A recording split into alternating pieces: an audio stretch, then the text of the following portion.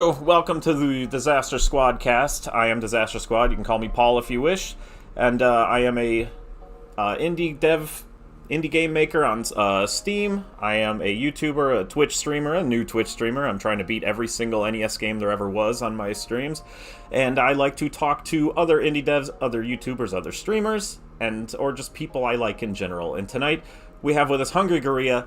Why don't you go ahead and tell us what it is you do on the internet? Well, you can find me in an awful lot of different places. I guess most often on Twitch. I stream there 4 days a week. And I also do some YouTube reviews out that way. And much less frequently these days, I have a collecting blog where I will post about things I've found out and about, whether that is through thrifting or whether they're just online purchases, the occasional yard sale. And yeah, I think those are probably the three main spots at this point. Gotta love yard sales. Yeah, I'm a big fan when they haven't been picked over. I recently spoke to a guy locally here who was telling me about how you have to be out at 7:30 a.m. Yeah, or else like the you won't early get bird any. does get the worm in that case. Yeah, and I am not a morning person in the Nope. slightest, so I have no interest in pulling myself out of bed for another Super Mario Brothers Duck Hunt cartridge. I'd much Yeah, rather sleep in. You can find the cool stuff out there, but I mean, odds are, yeah, you're gonna get the super commons all the time. Yeah, I think one time I had good luck at a yard sale many, many years ago. I had actually driven to a different city for a yard sale that said no early birds, and when I got there, it was crawling with people, and I was so frustrated. And so I just started driving around that town, and I got to this one place where there was a GameCube for sale, and the lady had sold it to me without the cable. I was just so excited to get a GameCube, and then Oh, so you I didn't had have any cables or anything? no, and so then I went back and I just said, "Hey, you just sold this to me. Do you happen to have the power cord in the house or the AV adapter?" And so we went inside and she said, "Oh, I have a couple of other games for sale." And she pulled out a copy of Super Bonk for the Super Nintendo Ooh. and also Mario Kart 64 with this horrible Ronald McDonald sticker plastered on the front of Hey, it. And that's like a $30 game, so you know. yeah, well, she said, "Do you want these?" I said, "Yeah, sure." And I said, "How much would you like for them?" She says, "Oh, how about $1 a piece?" And I'm like, Yeah, okay, sounds good. I'll take those." Yeah, we have like in my town. It's been a while since I've been to it because I feel like everybody thinks all their crap's worth $1 million because of eBay. You know how that is. But Mm-hmm. like we had every year there's like garage sale day, so there's like hundreds of them, and everyone's good. But over the years, obviously the good stuff gets weeded out, so it's kind of like pointless now. Yeah. Well, and I found here too, like there's not very much that I've found. It's a lot of old paintings and people's bedding, and Oops. there's never any good electronics. And if they are electronics, it's some old remote control for a TV set that's long gone. It's never anything good, and I feel like it's mostly been a waste of time. So Well, yeah. But like yeah. it's the hunt. It's not necessarily, you don't always expect to find anything. But yeah, I love thrift shopping and all that stuff. I still need more shelving and garbage. But what? How big is your collection? Would you say? I haven't seen it. I haven't seen the blog. Right. So the collection's probably around, in terms of console and arcade stuff, maybe around 2000 games or so. And then on top of that, my husband has a PC game collection, which is probably a couple another 100 games or so. Gotcha. Are Maybe a they like couple the of big hundred. box? Yeah, some of them are big box, but he's also been into he's been into gaming his whole life, so he has more modern stuff as well. Nothing super brand new. Obviously, the digital world has kind of taken over PC gaming Yeah. primarily in terms of physical games. He has stuff all the way back from like King's Quest, back when it was on disc, all the Yeah. way up to stuff like Battlefield or Battlefront. I'm looking up right now at the shelf. Half-Life is a I favorite remember of having his. like the Doom 2 discs, like the 5, 6 discs that came with or whatever. Yeah, yeah, he's a big Doom fan. So, Yeah. I mean, we have a whole bedroom in our house that's just dedicated to our game collection. The console stuff is primarily mine. Like, that's my interest because growing up, I never really had a computer that could run PC games well. And I've learned later in life it was just because my parents had stuffed so much bloatware on there, like Oh yeah. Norton antivirus and whatever else. Like, it probably would have run stuff fine, but it had so much stuff running in the background, it just ate up all of that Because they get tricked capacity. into thinking they need it all day. Yeah. So, I mean, I had 4 PC games growing up, and that was it. But the rest of my experience was on console. One of So, those was that's, Fable, I know that. yeah. And Fable for me, gosh, I And freaking not loved that that Fable, game. everybody in the audience. The other Fable Yeah. that nobody has heard of. 1996 Fable with Yeah. Quickthorpe. Yeah, it's such a fun one. And that one, and I think Curse of Monkey Island were the two that I spent the most time with growing up. King's Quest 6 as well, but that crashed on me constantly, and I can't even remember how kind of muddled my way to the end of that game, I but remember it like was, Space Quest 4 was like one of my first PC games that I bought after we got like a 95 capable PC. yeah, the Space Quest series is great. I think I've only so far played the second game. I skipped the first one for some reason, but I've seen a lot of people play through Space Quest stuff, and it's so funny. Like the sense of humor from Sierra Games Oh yeah. is, But they're infuriating at the same time. yeah, like making games unwinnable is just the worst feeling. Like Ugh. King's Quest 2, I did that to myself with, and I got so mad. I don't rage quit stuff very often, but that was one game I did rage quit, and I said, I'm pretty well done with this forever. And I've never picked it up again. I've played other King's Quest games, I've replayed King's Quest games, and I've never gone back to 2 because it infuriated me. I don't know anything about 2. I know 1, 3, 4, 5, 6, and then like that's about it. I know Yeah. I've played a few of them, but I haven't like even seen 2. I don't even know what it's about. I couldn't even tell you anymore, Yeah. honestly. Like, I think it's kind of an offshoot of the first game. I think you're still playing as King Graham, and there's several parts where, if you're just playing and you're exploring the game, and I won't spoil anything, of course, but if you're just exploring naturally and it's your first time through, you're gonna go places and it's gonna screw you over later. Oh yeah, don't spoil a 35-year-old game, please, Yeah, or I hate whatever it is. spoilers.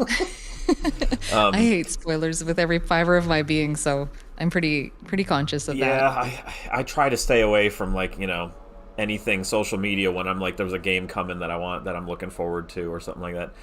There's not a ton of new stuff that I get, but there is stuff like the new Metroid I wanted, and looking forward to the new Zelda and stuff like that. But yet in general, I don't see a lot of new stuff here and there. I play mostly older stuff.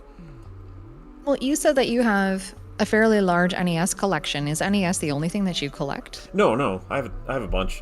My collection, it's not ridiculous, but it's, hold on.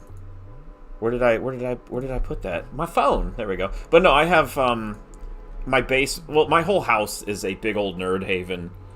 But the basement is like my game room.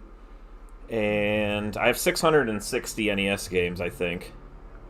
Something like that. And I'm trying to play them all on the legit. You play on legit hardware, right? On your. I do. Yeah. It's the only way to play for me because I spent the time buying this stuff. Oh, So yeah. I kind of, I'm not just going to go emulate now. I might as well just play it in the form that I bothered spending money on. And it's the most Yeah. reliable. Like, you get that instantaneous, the light speed button inputs and stuff like that. There's just nothing that really matters. Unless you're not playing on a CRT. Yeah, well, my husband is very much into CRTs of all kinds, but especially professional video monitors. So I've been playing my stream games on this 25-inch Sony Trinitron PVM. Nice. So you get like the really nice input for most consoles, they can do RGB out. And so I've seen games in a way in their crispiness that I never imagined that they could have been growing up with RF and all of the fuzz and Oh, the RF is the artifacting. worst.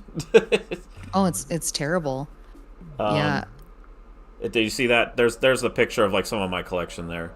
Yeah, that's gorgeous. That's a very nice space that you have there. It's It looks very very cozy cozy. down there. And but it's for some reason they're just taking a second to send. There you go. There's like I have like all most of the systems all set up at once on the 70s TV for the Ataris and stuff, the 80s and 90s TV for up to the GameCube and stuff like that. Wow. And Yeah, I love that. but yeah, I the NES is the one I'm trying to complete, I guess you could say, but like I'm getting to the point where I'm priced out. Once you get to I have every game that's less than $50 at this point. So, and there's still 100 left at $50 or more. A lot of them are in the hundreds, so it's like, ugh. It's Yeah. my collecting has slowed down considerably. I'm in the same boat, honestly. Like, there were times when I was in, if you ever do get around to checking out that blog, like, you'll see many months of posting constantly, going around, finding stuff all over the place. And then obviously, the last couple of years have been exceptionally hard to collect in. Oh yeah, But no, it's like 29 or 2020 killed everything. oh, yeah, like, not only with the lack of being able to get out and go look for stuff, but also with the price hike. Like, Yup. I am also priced out in a lot of It'll things. drop And again. It's just gonna take a couple of years. yeah, I'm hoping that that's the case because there are still some things that I would like to get my hands on, but if I never bought another game, I have plenty here to enjoy for the rest of my Oh mortal yeah, life. Yeah. yeah, but like I know for a fact it's gonna calm back down. I mean, I guess not for a fact, but like once people get all this nonsense out of their brain, the cooped up and all that stuff. Oh, that's my handhelds. Hold on. Yeah, these are some great photos. You have a lot of arcade machines. Holy smokes. My husband would be so jealous because he loves arcade. We have a stand-up Mortal Kombat 3 and then a cocktail cabinet, Ooh, but he's I always always wanted wanted a a. cocktail cabinet, but they're usually something you could kind of put whatever you want in them, but you know. Yeah, he's got a 40 and one board in there, and I Yeah, streamed it one time. We lugged the thing upstairs, which was terrible because we're not giant, muscly people. So we I'm sure got it. you are. You're a regular, Well, Brutus. we make do. But yeah, we streamed that one night, and that was a hoot because I never got into the arcades too much, actually. My parents were always very protective, and they thought shady and seedy I things went mean, down in arcades. sometimes I guess, but it wasn't like common. But yeah, I also collect board games. I have a big old, you can see a big old shelf of them there, Yeah. and Wow. like 70s electronics and like Tiger games, like you name it. I just collect anything. I like anything with buttons on it from like and lights from like the 70s and 80s. That's phenomenal. You have an outstanding collection. That's beautiful. And like the way that everything is just accessible The and organization, you displayed. mean? Yeah. Oh, thank you. Well, and that you could pick it up anytime, right? You don't have to rummage through 18 boxes to Oh find all no, your nothing. stuff. Nothing's in boxes except all my Ataris and stuff. That I don't have a shelf to put them on next to that 70s TV, the big old wooden box one. But as soon as I get a shelf, I'm putting that up. It's been sitting down there for 2 years. I've bought this house about 2 years ago. And I still don't have it set up. So you know how it Yeah. is, especially Oh, when I you're know. busy. Oh, Constantly. for sure. And Well, the other problem is always like getting not only setting it up, but setting it up in a way that you like and finding furniture that you like that matches your aesthetic. yeah. Like you could just go buy a shelf and it would be suitable, but maybe it doesn't look great, or maybe it doesn't keep the dust off, I tried to or, stick right? with like wooden shelves for 70s, and then like the black shelves for like the 80s, 90s, and then like the modern stuff for like the GameCube and the PS3 and stuff. Yeah, it looks great for what it's worth for me. whatever whatever worth you put on Oh, my I mean, you word, sound like you it's have a ton of beautiful. junk too. So, Yeah, our house is filled with junk. We have overflow in the basement but and the that's the crawl fun. space. Yeah. That's Oh, what you work totally. for, right? Yeah, I work to collect apparently these Yeah. days. Well, let's talk more about your channel. When did you start YouTube? Back in 2016. So I've been at it now for about 6 years on YouTube and on Twitch. So I started them both a Were couple of they days apart. simultaneous? Pretty much, yeah. Like I just decided up on a screen name and went for it, and I made them all the same day or within the same couple of days or so. And I would say that Twitch has always been kind of the more consistent thing. YouTube, it's a bit harder for me to produce content regularly because I'm a little slow on the writing end. Like it takes me a long time to get my brain thoughts into a document and then make them flow properly in And a you way that's definitely write your acceptable. reviews. I do, yeah. I'm not a very good off the cuff speaker. I tend to Well, stutter you've a been doing it lot. this whole time. Having a conversation, I think, is okay, but I think to really articulate what I want to say and make sure that my points get across Yeah, not just riffing completely. while you're playing. Yeah, and I mean, I do enough of the riffing part when I'm streaming because I'll typically stream a game and then kind of understand it, get to know it a bit, and then when I do the review, I've already played through it. I've also picked brains of people who played it when they were kids, maybe. I've got a little bit more insight on things maybe that frustrated me. And then I can take all of those experiences and kind of put them into a script in a way that kind of suits my own style Yeah. and gets some articulate points across. Because I'm not the type who can just kind of go on a rampage and just discuss to no end a game until I run out of breath. Like I need good stopping and starting points, or Yeah. else I'll ramble. We got to organize your thoughts and stuff too. I do a tiny at the end. As soon as I get done beating a game, I rate it from 1 to 10, and I give it a tiny review right there, basically based on how much fun I had beating it. So it's like I don't really review games, but I was thinking of doing all of those as shorts. You know, YouTube shorts, you can throw those out there. Just like cut the tiny part at the end, that like minute review of each one. I wonder if that would work. I should try that for my other channel. Yeah, that might. I think it would go perfectly fine as long as you've got everything that you want to say there, and if you're happy with that being your little bite-sized review. Because I'm not going to say nobody, not everybody's going to want to sit down and watch a 20-minute video. Yeah. Oh, no, these are streams. These are like 3 hours, some of them. You know how it goes.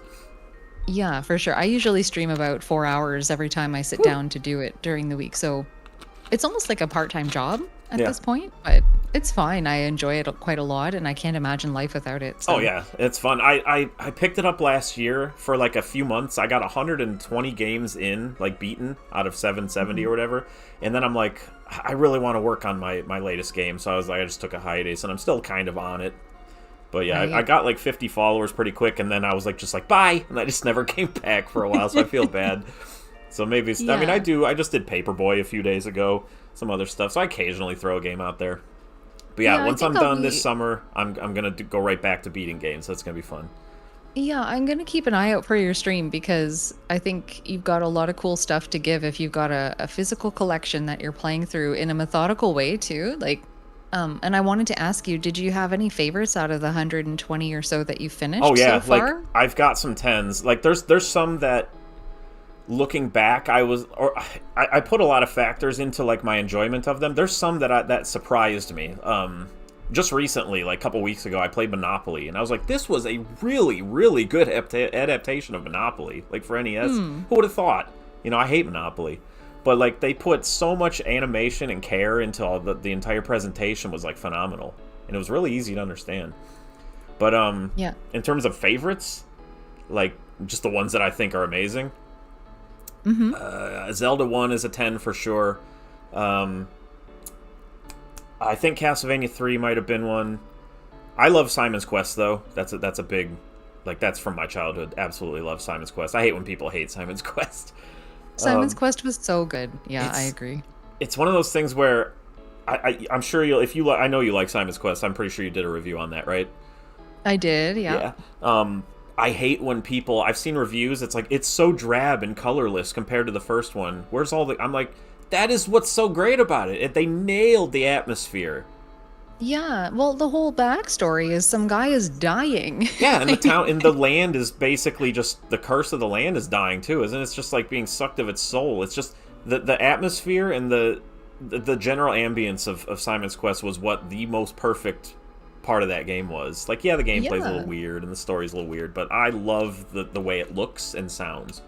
Absolutely, and I haven't seen a lot of games that have rivaled that aesthetic and that feeling, like Rygar for me. I don't know if you played Rygar yet. Oh yeah, but I beat that not too long ago. That I think I gave like an 8 or a 7. It's a little weird. Yeah, it's a strange one, yeah. But in terms of like the backgrounds and stuff like that, I think it's at least aesthetically comparable. Yeah. Not in terms of the atmosphere. Like when I was a kid, I remember.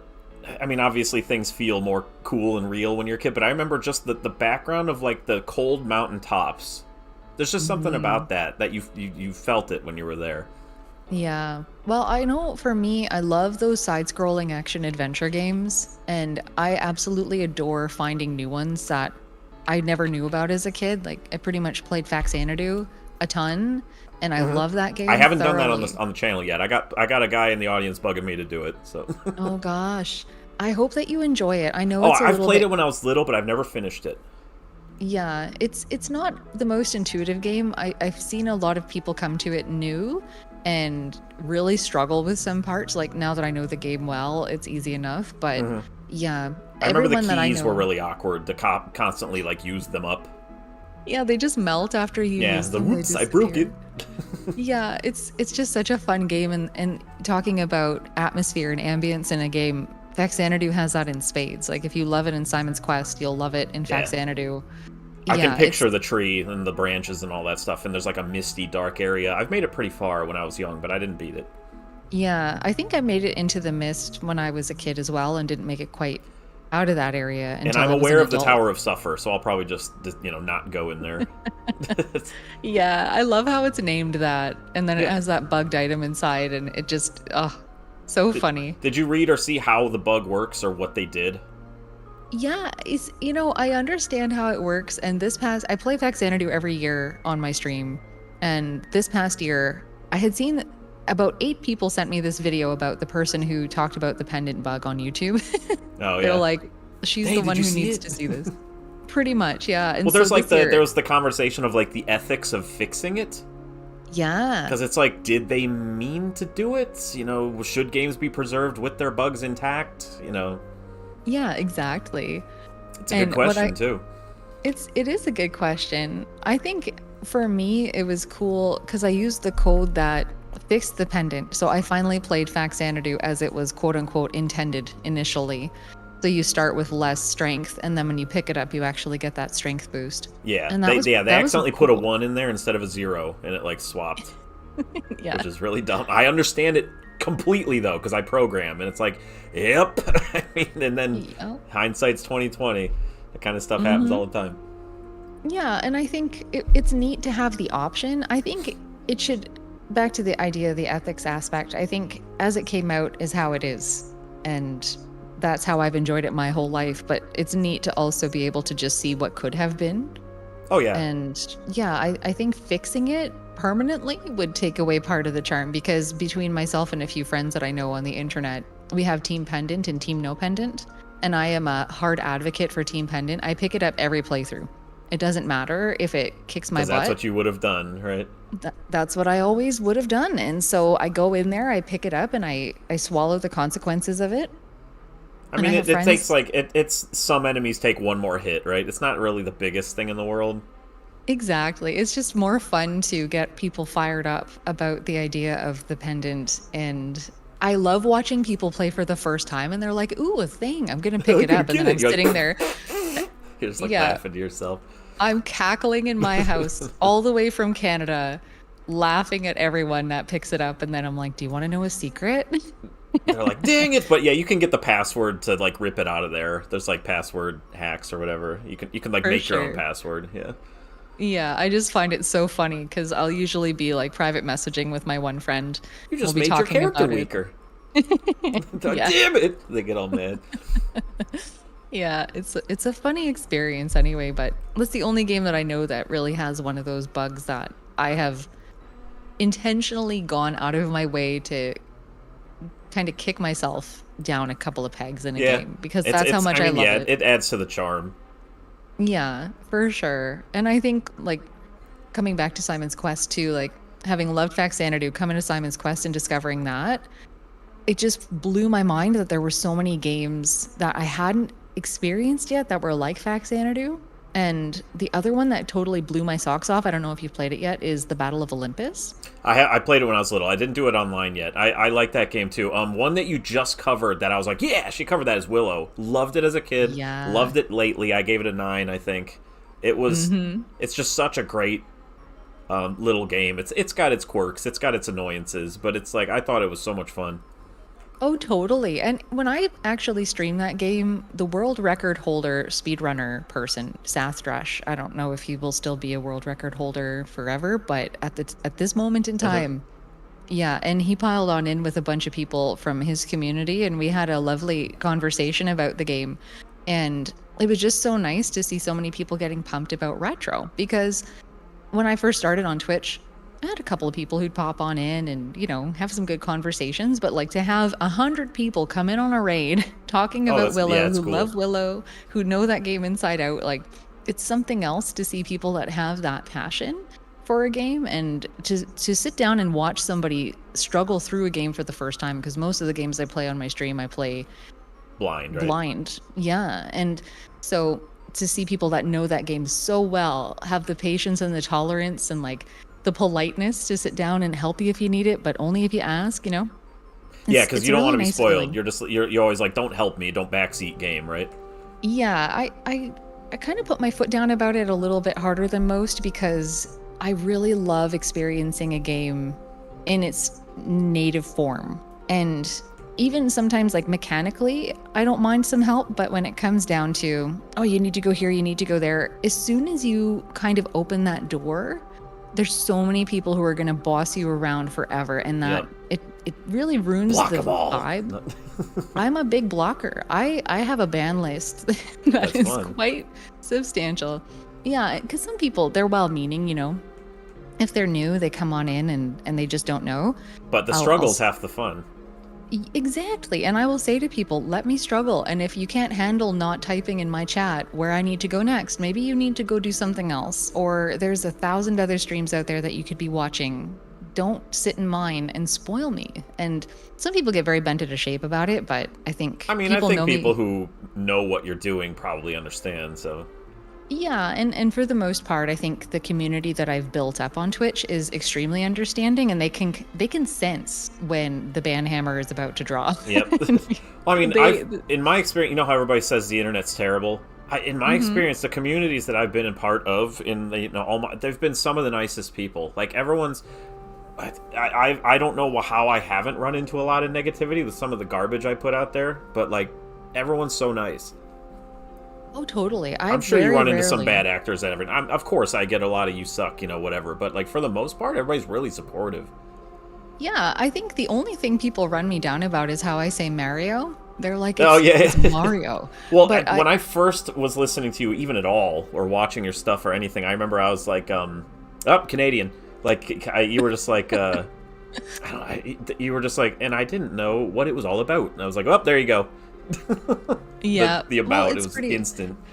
It's pretty obvious if you listen long enough. It starts to trickle on out, and it's hard to control. It's nothing that I can even try to mitigate at all. There's a few Canadian YouTubers that I like. Do you know 8-Bit Show and Tell?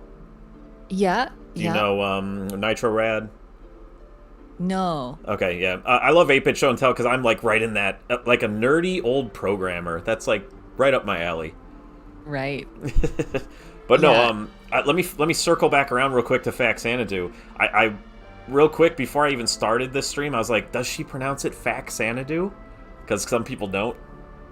Yeah, I'm a hardcore. I said it like that when I was a kid, and it's pedantic if you try to correct me.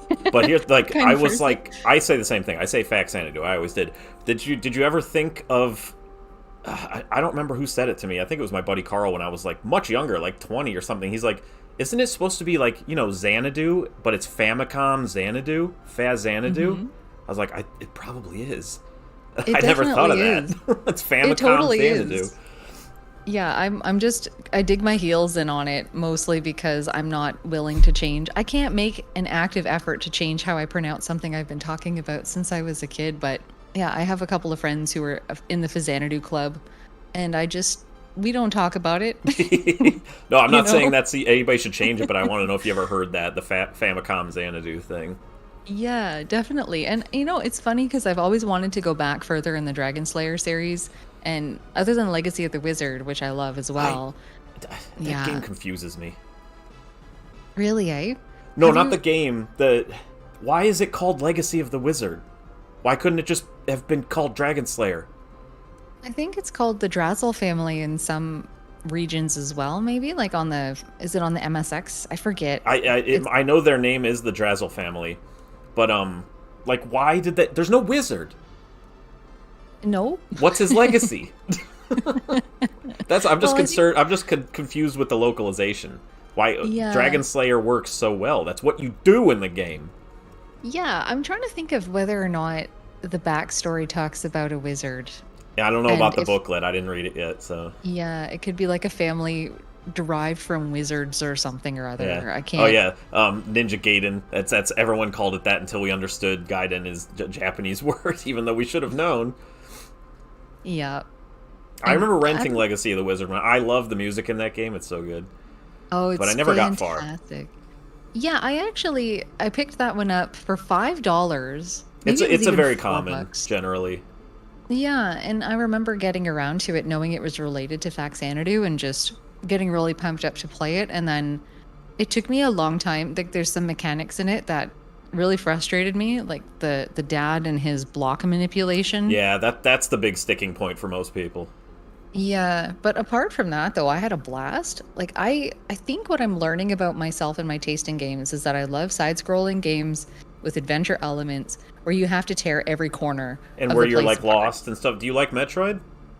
Love Metroid. Okay, Yeah, I played. because that's a little different. It's a little more like punishingly action oriented. Yeah, I played Metroid for the first time. I think it was a couple of years ago. I had never played a Metroid game, and I've only played the first one, Super Metroid, and Metroid Fusion. I I skipped the don't Game blame Boy people one. for skipping the first one. Like I was a massive fan as a kindergartner. I would paint Samus like all the time. But like Right. I don't blame anybody for skipping the first one. Yeah, I'm always on this bender of trying to get to see a game series from its origin. So Yeah. I hate going forward in a series without seeing what it kind of derived itself from. And with Metroid especially, because it was so beloved, I heard, oh, Super Metroid, you have to play Super Metroid. You're gonna love Super Metroid. I think I like the first one better, honestly. I found Super Metroid kind of boring in parts. Like it, and some of the motion in that game also is a little bit too much. It's weird. It's probably my favorite game of all time, but I understand because it's kind of a it is like one of those things. It has its moments that you're just basically, especially the first time you play it, there's a lot of dead time. Yeah, yeah. Well, and I think too, for me, when I was playing it, I was streaming it, and I had a lot of people who wanted to tell me all of the things that I needed to know about the game. So Yeah. it was almost a frustrating experience, more than it was enjoyable at times. But I Oh yeah, tell you, I mean, yeah. I played it in a different environment, so it probably hit me differently. yeah. Well, the ambience and environment in that game too is just something I else. freaking love Oh, these energy hold on. drinks. Let's also I get can't some see it. butthole Somebody and some corn follow dogs, bro. me. I couldn't Right see on. who it was. Sorry, whoever that was. I couldn't see it because I'm not on my normal stream page here. But I heard Oh the noise, so thank you. Yeah. I'm talking about one more thing about Faxanadu. What is with the elves and the dwarves? It feels like it's more like the humans and the goblins. It's very true, eh? Like none of the dwarves actually look any different from the other folks, especially not those jacked up ones that attack you. Yeah, they With, like, the look like just scary straight up music. monsters. And they're like, oh, the dwarves. Yeah. Oh, there was nothing scarier to me as a kid than walking into a room, the room with the Madoc in the first area that you go into, the first castle where Is you it have like to get. is that like a gargoyle thing? Yeah, and it scared the heck out of me. I remember just being so small and just being so freaked out and dying all the time because I get too scared. And then finally getting through it, getting the Matic, going and breaking the wall, but then walking back a screen, which makes the wall regenerate. Don't you love And how then every having game back then said Matic and not pickaxe? Yeah, yeah, I do. There's a lot of those in different games. Legacy Totally. of the Like Wizard early as NES well. was filled with Matics. Yeah, and I had never known what the heck one of those was either. I'm like, it's very jeweled and decorative. I wonder if it's actually meant for breaking walls or if it's supposed Well, to be speaking of hanging like out. early things and things that scared you as a kid, what is like your absolute earliest gaming memory? It's an interesting question. I think for me, it may very well have been Mario 1. And primarily the first couple of screens of that game. I remember my dad, who is not into video games at all, taking the controller, dying at the first Goomba, handing the controller back to me. You do it. And never playing it again. Yeah, but that's kind of what I remember because I think my cousin must have had an NES and then my parents were like, "Oh, we'll get one for you guys and it'll be great." You could always tell And- the kids when you were little like that, playing like that, your friends and stuff. You could tell the ones who were going to be good gamers because they didn't look down at the controller every 2 seconds. Yeah. Well, I remember my mom was very much the person who would fling the controller around in her hands trying to make Mario jump higher. Yeah, Like we played you- a ton of like moving it up. Yeah, yeah, we played so much Mario 2 and 3 when I was a little kid, and some of my best gaming memories are of those games with her. And I it's love so Mario 2 funny. also. Oh my god, it's my favorite one on NES. It's one of those Like, things where, like, yeah, it's a black sheep, but that's like, we would have not liked the real Mario 2 here. No, it was I it was remember. a totally good call for them not to bring it here. Totally. And getting my hands on the lost levels later in life, I'm like, this sucks. It I remember I sucks. got stuck. It was like 8-3. I remember I rage quit. And I don't quit things too often. And Yeah, I I think I got quit that there. one too. I played it on like the virtual console eventually on the Wii, and I was just like, this hmm is not even enjoyable. Like, I don't want to spend 8 hours trying to suss out like a pattern. Is that what you're talking about? Like the mazes? Well, I Where think it was one of the ones right before the maze, like the last castle, the one before the last castle Mhm. is like a cloud level, and there's a Lakitu and Hammer Brothers and a hidden block, like a troll block that you try to jump over a Hammer Brother and it hits you It's into just him. Oh awful. my God. It was the worst time. And since then, I've come to love that game quite a lot. Like I don't mind a challenging game. Yeah, I like I hard games, but actually like that one should not have come out here though. So I'm glad it didn't. Yeah, I think if I'd played it when I was little, it would have just enraged me a little. But as an adult now, like as a relatively calm and patient person, I can get through it. It's actually kind of my go-to game when I'm mad at other games. My And go-to like Zen games are all like spaceship shooters, like bullet hells. I yeah, love those. I don't seem to have enough bandwidth for those types of games. Like I tend to zone out after a while and then I end up exploding. Yeah. So, it's yeah, it's one of those things where you just sort of turn off parts of your brain and you just kind of think about other things while you do well somehow. Yeah, like I've had some bosses in games where I've gotten into the zone and I come out of the other side. I'm like, I don't know what just happened to me. I went into a place in my head there and just went into focus mode and I emerged victorious, but I can't put myself in there if I want to. It's Oh just yeah. something that clicks in. But yeah, I don't play a lot of shooters or a lot of beat 'em ups either. Mostly Yeah. Well, I saw you because play a little Bad Dudes, and that sucks. yeah, it's not good. It's not a good one. I I'm like the sure that there's concept of that show, though, or that style of video where you did just the manual gaming ones. That's kind of a neat idea.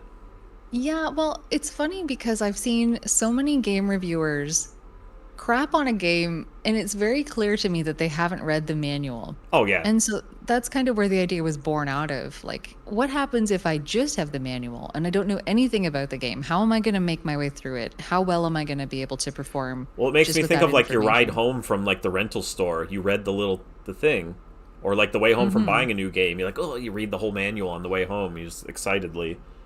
Yeah. Oh, and totally. And I spent so often as a kid with my nose in a manual, like Hmm. Faxanadu, The Legend of Zelda's manuals. That's where I spent most of my time. Mario 2 as well, like just rereading the same pages over and I over. loved when they had drawings and not screenshots. Yes. Those Yeah, were fun. totally. Like I enemy love roll calls. definitely. I find Master System titles really go above and beyond with their manual enemy rosters. I was just Just not about to in their say, box art. oh God, no. None of the North American games Oh, are even remotely it's attractive. sad. Like it's actually sad. Like did they think this would sell? Yeah, I read something funny the other day that said that all of the North American Master System box arts were probably commissioned by Nintendo. I mean, it wouldn't Just surprise to, me. yeah, like just to How make them. how did the Master System do up north there? Was it a success? No, not at all. I think I know exactly one person as an adult who had one as a kid. I think I my don't know husband had a any. cousin. Yeah, it's really abysmal in this part of the world, unfortunately, but I I think love what it. like Brazil is where it exploded, like South America. Yeah, yeah, it definitely does have a pretty strong foothold there. Like a lot of the comments that I get on my Master System stuff on YouTube primarily comes from people from South America. Yeah, they And love it over yeah, there. absolutely, Your and your rightfully channel gave so. me a better appreciation of it. I don't have a big Master System collection. I think I only have like 6 games for it, but like I want to play a lot of them. It's just I don't know how expensive they are anymore. Yeah, I think it's kind of spiked a little bit, unfortunately. When I was started collecting, it wasn't cheap by any means, but a lot of the really, what I would say, some of the more worthwhile titles are definitely more expensive, but there's still a lot on that system that's cheaper than NES by a long stretch. Yeah, I still haven't played Fantasy Star 1. I want to play that. Oh, you'll probably enjoy it, I imagine. I did read that you don't like grinding in games, so if you can skip the grinding in Phantasy Star 1 somehow or expedite it, I think you'll like it a lot more Oh, because I there is never quite said a I don't lot. like grinding. Are you saying on my Twitch channel? I Yeah, I had read say the I think blurb. I said when it comes to streaming RPGs, I'm not going to grind like and waste people's Ah, time. I don't gotcha. mind grinding personally. That's good to know because I was wondering because I'm an RPG fanatic, it would seem, based Uh-huh. on the games I've played, I was like, oh man, I love the grind because I'll sit in a stream and grind with company, and I think that that's the best way to do it. So I spend a lot of my stream just playing RPGs with people as it comes, because I'm playing on original hardware. And people will settle in for the grind, and Oh they'll yeah, talk like to if I me. was sitting So here talking to a bunch of people, that'd be great. But I just started, so I didn't have anybody to talk to yet. So yeah, I played a dungeon crawler. I played Swords and Serpents. I think that's the longest game I've played so far. I don't know if you've okay. played that. That's kind of a I poopy one. haven't. I have not. Yeah, I think I've seen some screenshots of that in the past, and it looks okay. It doesn't I have the think. charm of like Shining in the Darkness. Like I love the. Do you not love the artwork in that game? Oh, it's beautiful. It's I was just talking about that with another guy. I was like, that artist, I love his art. Shining Force, the Shining series. He's got these like, Hmm. what do you call it? Like lanky, sort of like, I don't know, not childish, but like awkward teenage looking heroes. I love the way they all look. Oh, for sure. Yeah, it kind of has. And I think the first game I played that had art kind of like that was Popful Mail, but that's not the same artist, Yeah, obviously. but But that style, yeah. yeah, like that anime, kind of like anime throwback sort of thing. Like it reminded me of watching Sailor Moon as a kid Oh quite yeah, a they were bit. all rail thin in that that show. Yeah. And then playing something like Shining in the Darkness and getting into that one. That was a feat and a half for I'm me. That surprised I was liked that game as much as I did too. me too, because I had pages and pages of maps that I made, and I love the music. The music really made it for me. I think if it had had a crappy soundtrack, the constant dungeon crawling and Yeah, that's a very fussing about it. triumphant like score. Yeah. Yeah, definitely. Like very questy. It's Uh-huh. almost like you need to have that meaning. It Because kind if of you gets don't annoying have it, hearing the same enemy sound all the time. It's like, "Arr!" It's like that weird shrill shriek all the time. yeah, it's very true. But I remember in There's your def video, I was looking at your maps that you drew for them. Like, ooh, she borked a couple of those maps. Oh, they're not good. No, like I would be one room short in one part of it, and then I'd have to, draw like a firm line when two Yep. rooms met up when they weren't supposed to. They You were had to make, you terrible. had to squish a hallway in there. You're like, damn it, I went one too short. It's like, Yeah. squish it in there. Well, because I when I play my games on stream, I'm sitting on a couch, so I've got a notebook in my lap, and I'm trying to draw and talk to sometimes 100 people all at the same time. Yeah. Oh yeah, 'Cause I'm constantly reading the feed must be another feat too. Yeah, it is. It's nice though to have the company and the conversation, of course. But when it comes to doing something technical, like trying to make an accurate map, good luck, right? You're out to lunch and I have obviously my nice comfy gaming room, but when I stream, hold on, it's taking a second. When I stream, my computer right here, I just turn to the side. And there's an NES, there you go, and a CRT like right next to me. That's where I'm sitting oh right yeah, now in like oh that's awesome. my art room. I painted all these Metroid, Chrono Trigger, Mario RPG things on the walls. Oh And cool. So you're an artist as yes, well then, eh? I am an artist. Yeah. Which is funny because a lot of people, the main complaint I get in my games is like, the art's pretty poop, but But I was like, Oh it's my because I made God. one of them in a week. Yeah, like And, as if people get bent. Try doing it yourself yeah. first. I never Jeez. expected my games to like really be played by anybody but my friends until lately. So it's like Mm. I'm trying more now than I did before. Yeah. Well, it's Um, it's pretty cool. You worked on games called Cursed, right? that's It's my like a series. series? That's my bread and butter series. I've actually made like I haven't finished, but I've started like probably 20 games over the years. Mm. But I've only finished like 4. Gotcha. So you said that you're primarily point and click centered, The eh? Curse series it's completely inspired by Uninvited, Shadowgate. I don't know if you've heard of not Shining in Darkness. What's it called? Last Half of Darkness. I haven't heard of Last Half of Darkness, Okay, actually. it's Yeah. like a little game made by like one guy who just it has weird art and it's very dark and kind of spooky, and I totally admired that guy, so I made something similar. But it has combat in it, so that's the main difference. Mm. So imagine playing Shadowgate, but every once in a while you'd be attacked and you have to watch your health and stuff like that. Okay. That would be an interesting adaptation. That was what I was expecting to happen in Tombs and Treasure. I don't know if you've played Oh, that no, for... okay, so this is another topic I wanted to get on. This is how I found out about you. I played Tombs and Treasure. I didn't upload it yet because I didn't beat it. I got so mad at that game. I rage Did you quit Tombs and Treasures. Oh no, did you get soft locked? 3 times. All 3 different ways you can. I'm like, this is inexcusable, and I just like put it down. I'm like, I'm gonna just look up the rest. I'm not doing this, and I put it away. Yeah. And then my buddy's like, this girl did a review on it lately, and I watched it, and then I was like, I like her style of reviews. I was like, like, I wanted to talk about like what I like about your channel. I love your channel, by the way. Everybody who sees this video now or in the future, please subscribe to her. She's got great reviews, great stuff. I guess follow her on Twitch too. Oh, thank you. But your reviews are no nonsense, and you can tell they're just, these are your thoughts. I don't know how else to put it, but it's like they're very earnest, and they're not jokey. I don't have a sense of humor that lands very well. They're not unfunny though. Here's the thing: like when I usually get a chuckle out of most of your reviews anyway, just because of how dry your delivery is on some of the funnier things that you say. It's like so funny. It's because like I tried to think of an example because I have a hard time putting my scatterbrain thoughts into words sometimes. But I remember like, oh, there he is, Sir Phobos, right there in the audience. He introduced me to you. Please, I recognize that name. So like in your Legacy of the Wizard review, you're just like, yeah, and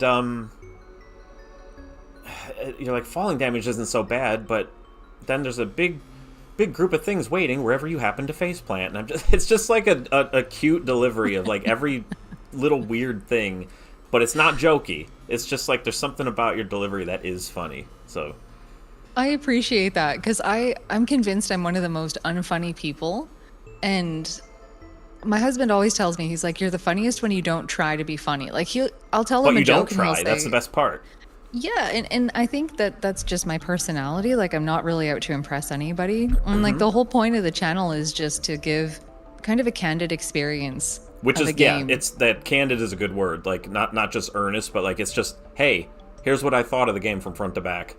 Yeah, and I really appreciate reviewers that kind of give the personal twist. You know, I can go read a Wikipedia article, I can go find out when a game was developed and all of that. But what I love the most in a review is coming away from it knowing what to expect on a personal level. Yeah. Even if we're not the same person. I think that relatedness and the relatability to another person describing their experience is a lot more valuable. And that's kind of how I've chosen to model my own reviews. Yeah, well, it's very effective because it's one of those things where you're like, yeah, I know what Willow is like, and it's like, I want to know what she thinks of it. Yeah, and I think I very early on got some feedback from someone who said, oh, you know, you don't have enough background on your games. I'm like, I don't want to talk about the background. I don't want to read. Yeah, this is your experience with it. When we were children, we didn't have a background on it. Yeah, like that's what the manual's for, and I talk about that very briefly, but I don't want to, you know, when people talk about developers and who produced a game, like all of those terms just kind of meld together in my brain. I don't want to have to spend the time trying to parse all of the technical info out. I just want to talk about playing the game. The experience. That's it. Yeah, yeah. And I think that's definitely been my bread and butter in a sense, because anytime I've tried to go a different route, it doesn't come across the same. And my scripts see so many revisions where I'll start a little bit more like professional sounding, and then I have to like make them more candid and make them more like colloquial versus this very rigid writing format. Like if you go back to my first videos, you'll notice they're a lot more wordy and a lot more serious sounding, and I'm a lot shyer back then too. Well, I think other ones that come to mind are like when you beat it got the awful ending in Phantasy Star 2, and you're like, oh my god, I'll leave it to her to explain what what I feel about the ending. And it was like, you have, I forget what it said on the text, but it's like, there is no, I will show you no remorse or something like that, the girl. Yeah. And sometimes during the Illusion of Gaia, where you're like, can we talk about this? Like, you're just blowing from topic to serious topic. Yeah, it's so true. And I don't know, when I have that kind of whiplash in a game, especially games that have been hyped up to me over the years, like Illusion of Gaia was pumped up to me by my cousin who loves that game. I've never was the played person. Oh my god, yeah. It's not bad, like from an action point of view. I played Soul Blazer. it's similar in action style to Soul Blazer. So if you like Soul Blazer, I think you'll like the action Eh, parts of Illusion of I'm Gaia. bearish on it. It's like a 6 for me. Yeah. Well, I think with Illusion of Gaia, it's the characters that are insufferable. I can't stand any one of them. And then, like I said, like the themes that they introduce, there's too many of them. You're just Tonal getting whiplash all the time. yeah, and it's so frustrating to watch these people just like as somebody who's personally experienced loss and grief and gone through stuff, it They don't act bothers like me. humans at all, right? No, and they're supposed to be kids, and kids feel things even more than adults do, and it's so unrealistic. And I understand it's a video game and it's not meant to reflect real life, but it's on Earth, and these are Earth people, and Yeah, aren't they like real places too? yeah. So it's so frustrating to me, I and think I that's just the Japanese like angle that's on it, and the old game for kids angle. yeah, It's yeah. just It an was a unfortunate side effect of its translation. I wonder if a better translation would help it, or if that's just the way it was written. I am honestly dying to know what the original intention of Illusion of Gaia was. Yeah, I I would have no kill idea. to know. Yeah, like to have someone sit beside me on the couch. I would play it again. That's a game I would never play again unless somebody who could translate Japanese for me would sit down and explain what the hell is going on. Yeah, Because I even just a can't handle it. literal translation, just like Yeah. how close was our story, you know? Exactly. And the ending, I remember in that review comment section, people are like, "Oh, you didn't get the ending," and then they'll write me a book about the ending. I'm Yeah. like, that doesn't make any sense. Like, I don't know what you're talking about either. Oh, I've seen Does people argue for Phantasy Star 2 being like amazing. Yeah, I've had a lot of those folks come into the comments and just get uppity about it. And I'm not the type of person who's going to engage in an argument with people. No, I'm there's not no out to point. change anyone's mind, right? So I'll usually sit down and I'll say to people, I'm glad that you like it, and tell me I more about wish what I you like did. about it. Exactly. I can't tell you how many times I've said, I wish I liked this game. I really wanted to like this game, but I just don't. The one I can think of recently, like when I was streaming last year, was a game that gets constantly praised and talked up as Conquest of the Crystal Palace. Have you heard of that? I've heard of it. I haven't played it yet, though. It was not that good. Like I was expecting amazing, and I was like, this just I don't know. It was just kind of Oh, it was no. okay. Oh, I hate that feeling. Yeah. Well, it's like an Yeah, it's the action game, but it's just I don't. It was very ho hum Yeah, and a little well, infuriating by the end.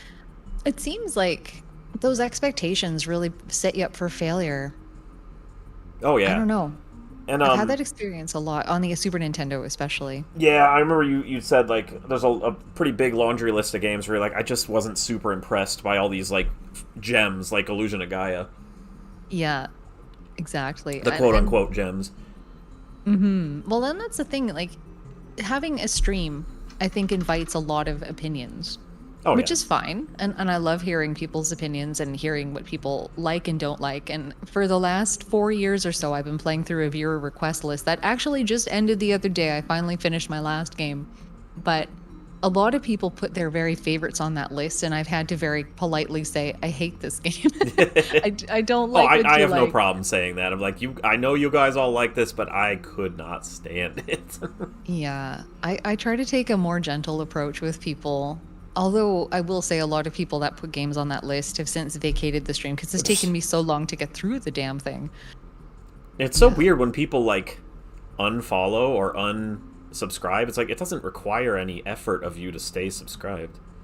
It's very true. And I don't know. I've noticed people don't really like I have more growth than I do decline, but there's the occasional day where I'll see a drop of a lot of people. I'll be like, what happened? It won't even be a day I streamed. When And that they'll happens just to be me, like, I'm usually pretty sure that YouTube is clearing out like accounts that have been deactivated for a long time. yeah. I hope that that's the case, but you never know. Like, I don't like to hurt people's feelings, but I also like to be honest. Oh, So come I on, kind it's of fun. tread. No, I'm kidding. I'm not really someone who can bear to look someone in the face and watch their heart break. Well, good thing you don't have to look at their faces. It's the internet. You have the shield of anonymity. I know, but I don't like it. I don't like thinking know. about somebody sitting in their house after watching a video of mine being like, I'm gonna go grind my axe in the basement. Oh, You know? and as a streamer, like I'm sure you also feel like when somebody's all gung ho. Oh, I can't wait to see you play this. Like you have that sort of like I gotta try to be nice. Like, even if you're having an awful time. Because Yeah. they're sitting there smiling like, she's playing it, she's playing it. And then it's like, I don't really like this. Well, I've had so many folks say, I was so scared you were going to hate the game I picked for you to play. And typically, I can at least find something good in a game. It's very rare that I come away from something guns a-blazing and just Yeah, it's wanting not to a heck of a tear. lot of games I hate, but Yeah.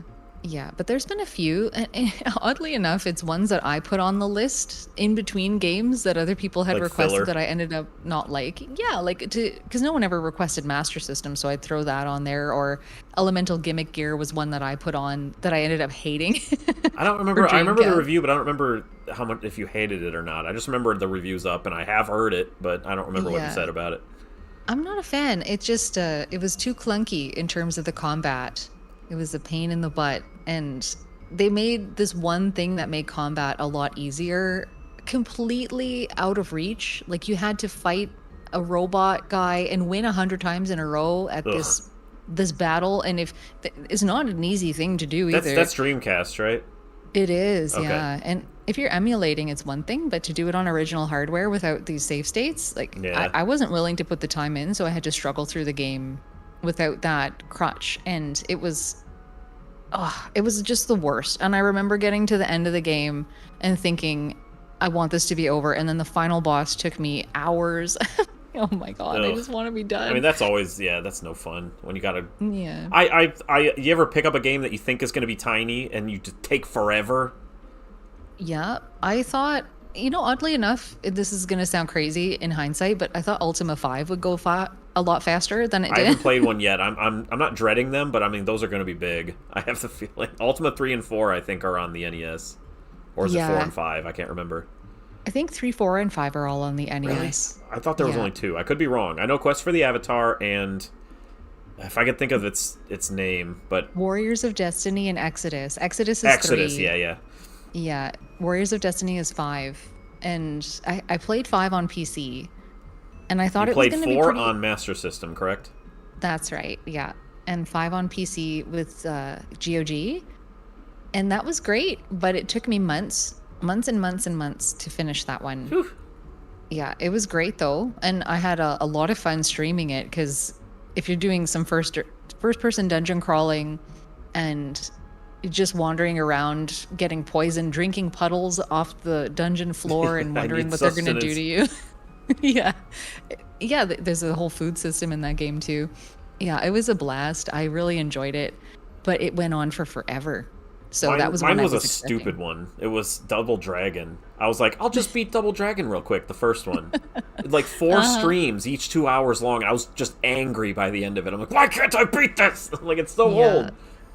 I haven't played Double Dragon yet. I got to get on that one of these days. But I Yeah. hear you. There's a lot more to that game than you would think. Like a Not really, it's secret- 4 levels.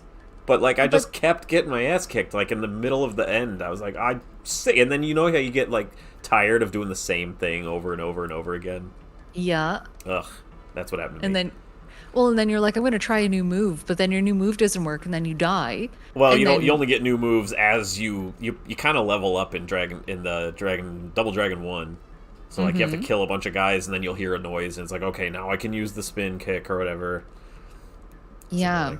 But you know what's funny? I've beaten almost every infamously hard game. I like started with those. The only one I haven't done is Silver Surfer. I beat all of the infamously difficult games so far. Gotcha. It's like all the Ninja Okay. Gaiden's no problem. Holy smokes. That's a feat and a half. I still haven't finished Ninja Gaiden 1. I haven't tried the other 2 yet, but 3 I thought was a 10. I gave 1 an 8, 2 a 9, and 3 a 10. They got better as they went. yeah, they're pretty great. I can't complain about Ninja Gaiden 1. I just have to sit down and do it. It's the end that makes that one kind of... It gets points knocked off for kicking you back for no reason. Well, I had gotten out to my very first time playing the game. I got to the final boss, the second form of the final boss, and I just couldn't do it. It was so late. I was so tired, and I just The was Jacquio, losing. is that him? Maybe it's like when he's like the big dude and he He looks throws like the a 2 wraith. fireballs. Yeah, that's the one. Yeah. Yeah, I got there, and it was such a pain in the butt. And I thought, I'm gonna come back to this. I'm gonna do it again. And I played it one more time after that. Got to the same part, and I couldn't get it. And so that's still outstanding on my list of things I need to do. That and Bill and Ted's Excellent Video Game Adventure. I Haven't need done to that finish. either yet. I never played it. I love I Bill actually and Ted. literally just listened to your thing of that today. When I woke up and I took a shower, sometimes I put YouTube on, that one came on. Oh, yeah. I'm a big fan for all the wrong reasons. Like, it's not a great game by a long stretch, but it is so funny to me. Just all of the stupid things in that game that happen and how it's kind of structured. I can't wait to get enraged by it. It's probably not very good. It's gonna make you really mad. I have a good friend. He's doing he calls it the AVGN challenge. So he's speedrunning a whole bunch of different games that have been reviewed by the AVGN. And he got to Bill and Ted. And I had told him about how much I love Bill and Ted. And he was so sad to tell me that he hated its guts. And it was the worst game he ever played, the worst game of the challenge. You know, he just laid it all out there. And I felt so bad for him. People don't like it, and that's fine. It's one of my favorites because I have nostalgia. Oh, yeah, you coming said out that was an everywhere early for game it. that you just had for some reason. And I don't even know why we had it. Like, Yeah, there's like everyone's got those games that's just like, why is this in our on our shelf? yeah, it's the weirdest thing because it's not as if we grew up with a bunch of like boisterous cousins who would come over and watch these cool movies with us, and then Yeah. we go out and buy the video game. Like, it was one of maybe 10 games that we had growing up my whole childhood. Yeah. I mean, one of the yeah. great things about, I always talk about it, about growing up in the 80s was like like 1 out of 3 households had an NES. So like you knew, like every time you'd go to a relative's house or a friend's house, they had their own collection that was totally different from yours. And like it was just fun to see what they had. And they always had weird stuff because everyone had weird stuff. Yeah, Well, I my grew up, I cousin- mean, when I was a baby, I remember playing the Atari. So that was, you know, a 2600 was, and then in 87, we got like an NES and a Commodore 64 the same Christmas. That was awesome. Yeah, that would have been a great Christmas. Oh, yeah, for we're sure. poor, so I don't know how that happened. Yeah, yeah. I know my cousin that we spent a lot of time with growing up had an NES, and he used to play a lot of Battletoads and Final Fantasy. I can beat and Battletoads, no warps, no continues. That's crazy. I can't get out of the snakes level still. I gotta work on Battletoads someday and just get it done. Like, Turbo Tunnel is no problem for me. Oh, yeah, but once you know Turbo Tunnel, that's like, it's not a problem. yeah, I just haven't really put the time in, I think. I And think people most keep people, telling me. yeah, most people lose on Turbo Tunnel because they don't understand that when you're at the top of the screen, you are technically falling through those like skinnier sections. Yeah. Yeah, it's very true. Because it doesn't show you falling behind it, it just, you fall. So it just looks weird. Mm-hmm. I Go I ahead. get stuck at the bubbles. I was gonna say I get stuck at the part where you have to jump on the islands. I always die at least once Where the there. exclamation point is. Yeah, Yeah, and that's I the know one it's part that coming. everybody dies on. I can't seem to get through there without dying. But yeah, one of these days I gotta just sit down and get that done because I that's think been the a long part time. that I generally might lose a life on there is the up, down, up, down, up, down, up, down, up, down, you know, at the very end. Mm-hmm. That part I sometimes lose one on just because I like... like I go a little faster than I should. Like I expect it to speed up a little quicker. Yeah, well, because you're prepared, right? You know Yup. what's coming. Or you Yeah. could just count to 10 and then hold down and you'll warp, but I don't like warping. Yeah. Well, I'm sure Volkmeyer's Inferno, I think it's the purple level with the Yep. the little gaps that close. I've never played that stage because I can't make it there. There's some memory involved in that one. That's the only one I think is unfair. Yeah. It seems really mean, but I think isn't the part where all the missiles come, you can just kind of hide at the bottom and they don't affect It's you? not... I'd say it's 99% effective. I have gotten killed once when one just happened to be on a certain pixel. Oh goodness. Yeah. It's what a not that bummer. hard to just be in the middle anyway. Plus a 1-up goes flying past if you're in the middle. Yeah. I gotta give that a go, man. Now that I this love list is over Battletoads. with, gosh, I gotta get it done. A lot of I'm people... scared. You ever hear people complain because it's like, it's so unfocused, it doesn't do any one thing well. I'm like, I don't know, I think the variety is like its charm. Absolutely. And so many other games do one thing well, so why not have something that Yeah. does something different? It was towards the end of the NES life, too. It was like 91, I think. So it's like they were just doing something a little different. Yeah, and it's definitely got a lot of good things going for it, as hard as it is. I don't know- remember if my stream of it was a no continue. I think I had to continue on the final level. So I was disappointed. But it was close. I can still do it. Still got it. Yeah, that's awesome. That's some real skill. I like twitchy games. I'm an action person, but I like any genre except sports. Yeah, the sports games are kind of hit and miss. There's fun ones. Depends. I like baseball games sometimes. Like some of the old baseball games are a lot of fun. Yeah, I just picked up is it, oh gosh, what's the name of it now? It's like the robot baseball game on Cyber Base NES. Wars. Yeah, that's the one. I'm excited to try It's that. got I level knew. ups and stuff in it, and you change your arms and you buy new arms and legs and stuff. It's cool. Whoa, I don't think I knew that. I just thought it was a cool robot baseball Oh no, game. it's got a fully fledged like long term like building your team thing, Oh my God. and Yeah, you then can I'm cheat totally in for that. so bad. It's fun two players, but I feel like one player it's like so unfair on your favor because like you just instead of being safe or out, you just challenge everything and you just fight them and kill them. It's like, oh, I won. Oh jeez. That's how the game That's works. terrible. Like instead of just letting the umpire call the calls, you can hit a button. It's like I want to challenge that, and you just fight to the death. Oh my God. So it's a fighting game mixed with baseball, but you can just keep challenging and beating the crud out of the computer. Where has this game been all my life is what I'd like to Yeah, know. yeah. I Because remember playing it when I sounds- was little. Yeah, I think I would have loved that. It's like I think safe. It's like you're sliding into home, and it's like ow. It's like really? I don't think so. You just start pummeling them, and then it's over. And it goes into like a zoomed in side view when you fight. it sounds so fun. I can't Yeah. wait to play that. I gotta Like move the that up my battles list. look a little plain, like it's a single colored like dark green background, and the dudes are like pretty big and zoomed in. So it's kind of cool though. I like it. Yeah, I gotta get around to that. I'm trying to think. There was a soccer game. There's like a 3-in-1 Master System cartridge that has a soccer game on it. And that's one of the most fun sports games I've ever played. It's just easy to pick up. I always I always lose track of who I am in It sports happens games. in a lot of sports games though. One of my favorite stream clips was when I was playing, it was a Nintendo 64 hockey game, and it was 3-on-3 hockey for some reason, and plus a goalie. And my team was winning, and I was pumped. I thought I was doing all the hard work, and I'm like, which one am I? Which one am I? And then for some reason, it pans all the way to the other end. My guy's like by himself. I'm not even playing in the action. My computer Your players. team was just doing everything for you. Yeah. And I come to that realization. I think I laughed for about 5 minutes The straight audience after is that. just booing your person the whole time. But Yeah. we won. We won, but I am an idiot. It's just so funny to me. I can't keep track of anything in those kinds of games. It's too much. Like my husband and I, we played NBA Jam Tournament Edition one time. Yeah. And I had a defective controller, which didn't help. I kept head faking, which was terrible. But do you think I could remember what button was pass and which one was shoot?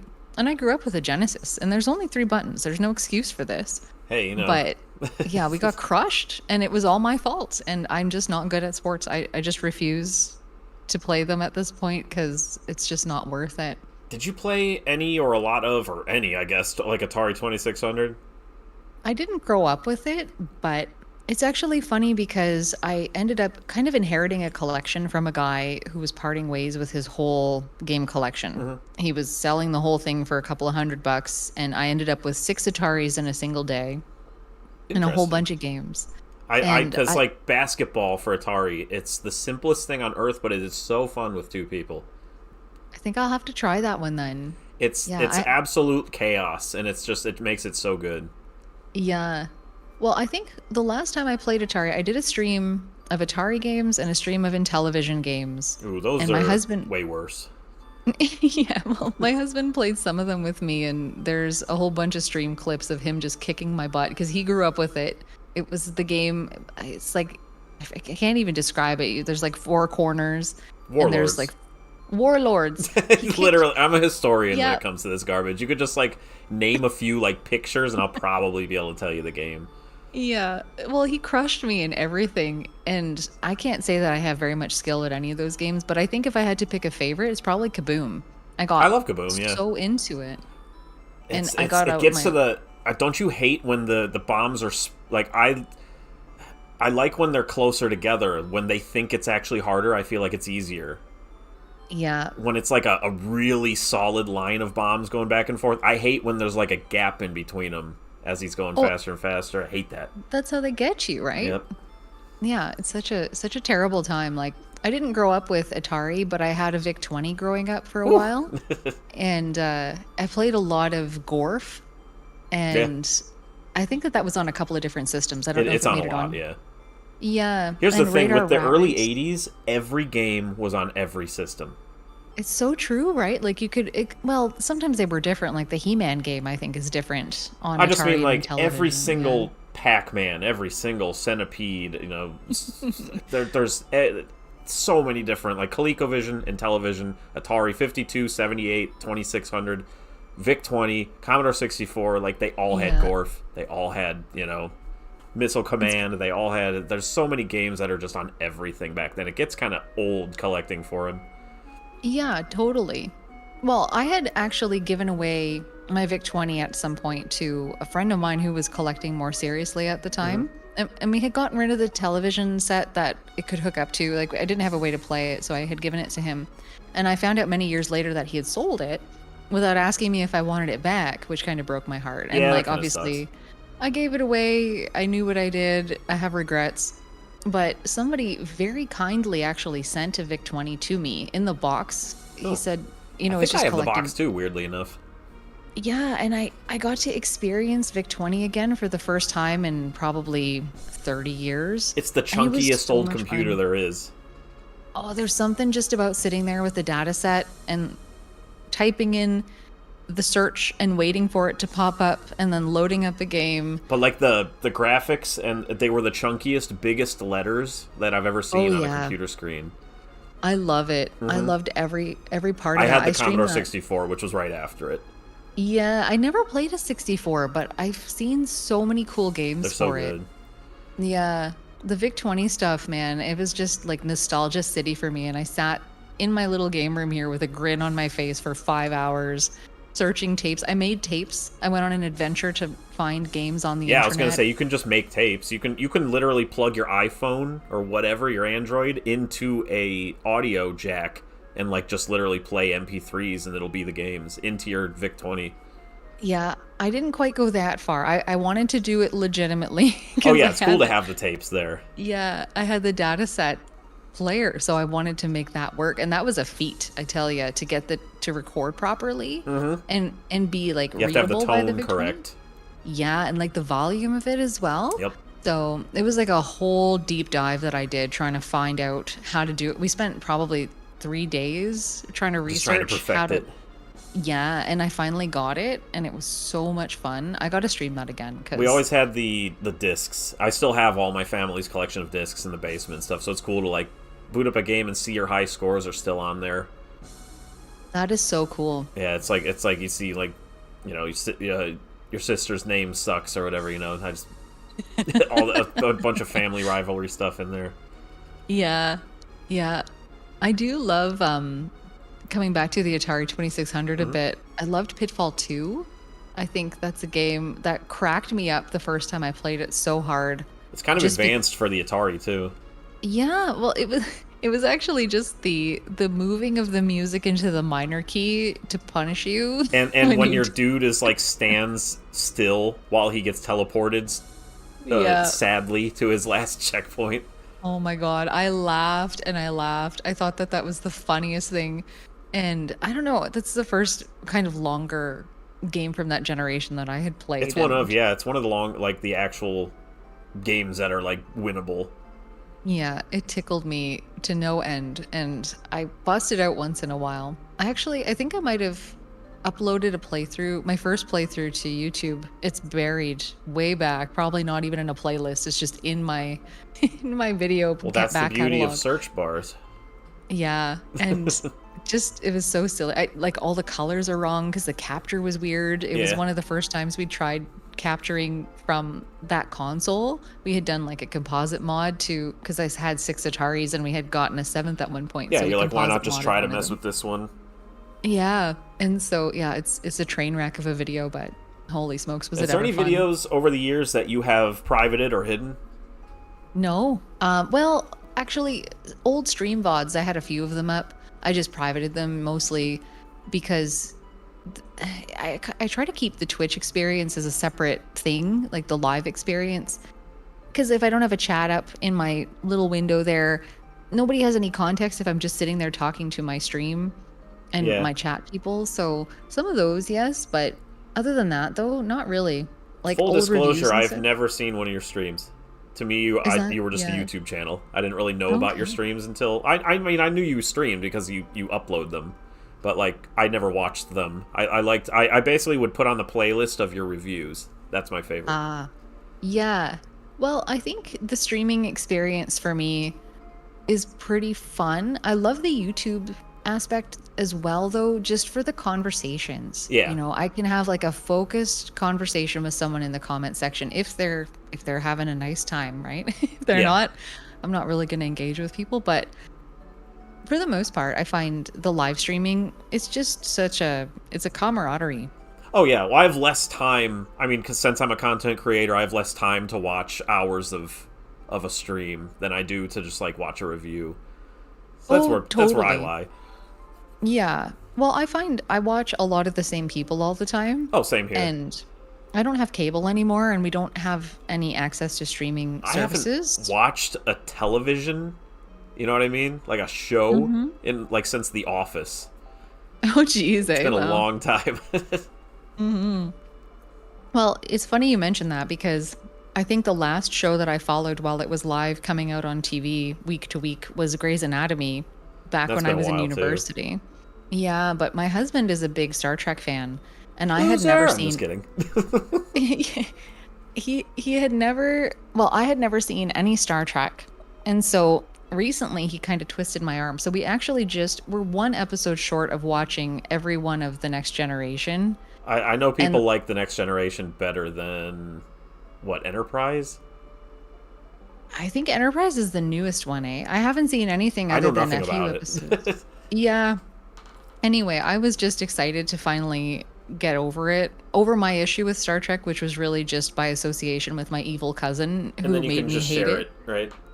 Yeah, and it's been something nice. Like, not always watching streams every night is kind of nice. Like, sit on the couch, Yeah. watch a show. That's kind of fun. Like, it's kind of hokey in ways. Yeah, it was kind of fun though. I Kind never of got into actually. Star Wars or Star Trek, but I got into The Lord of the Rings.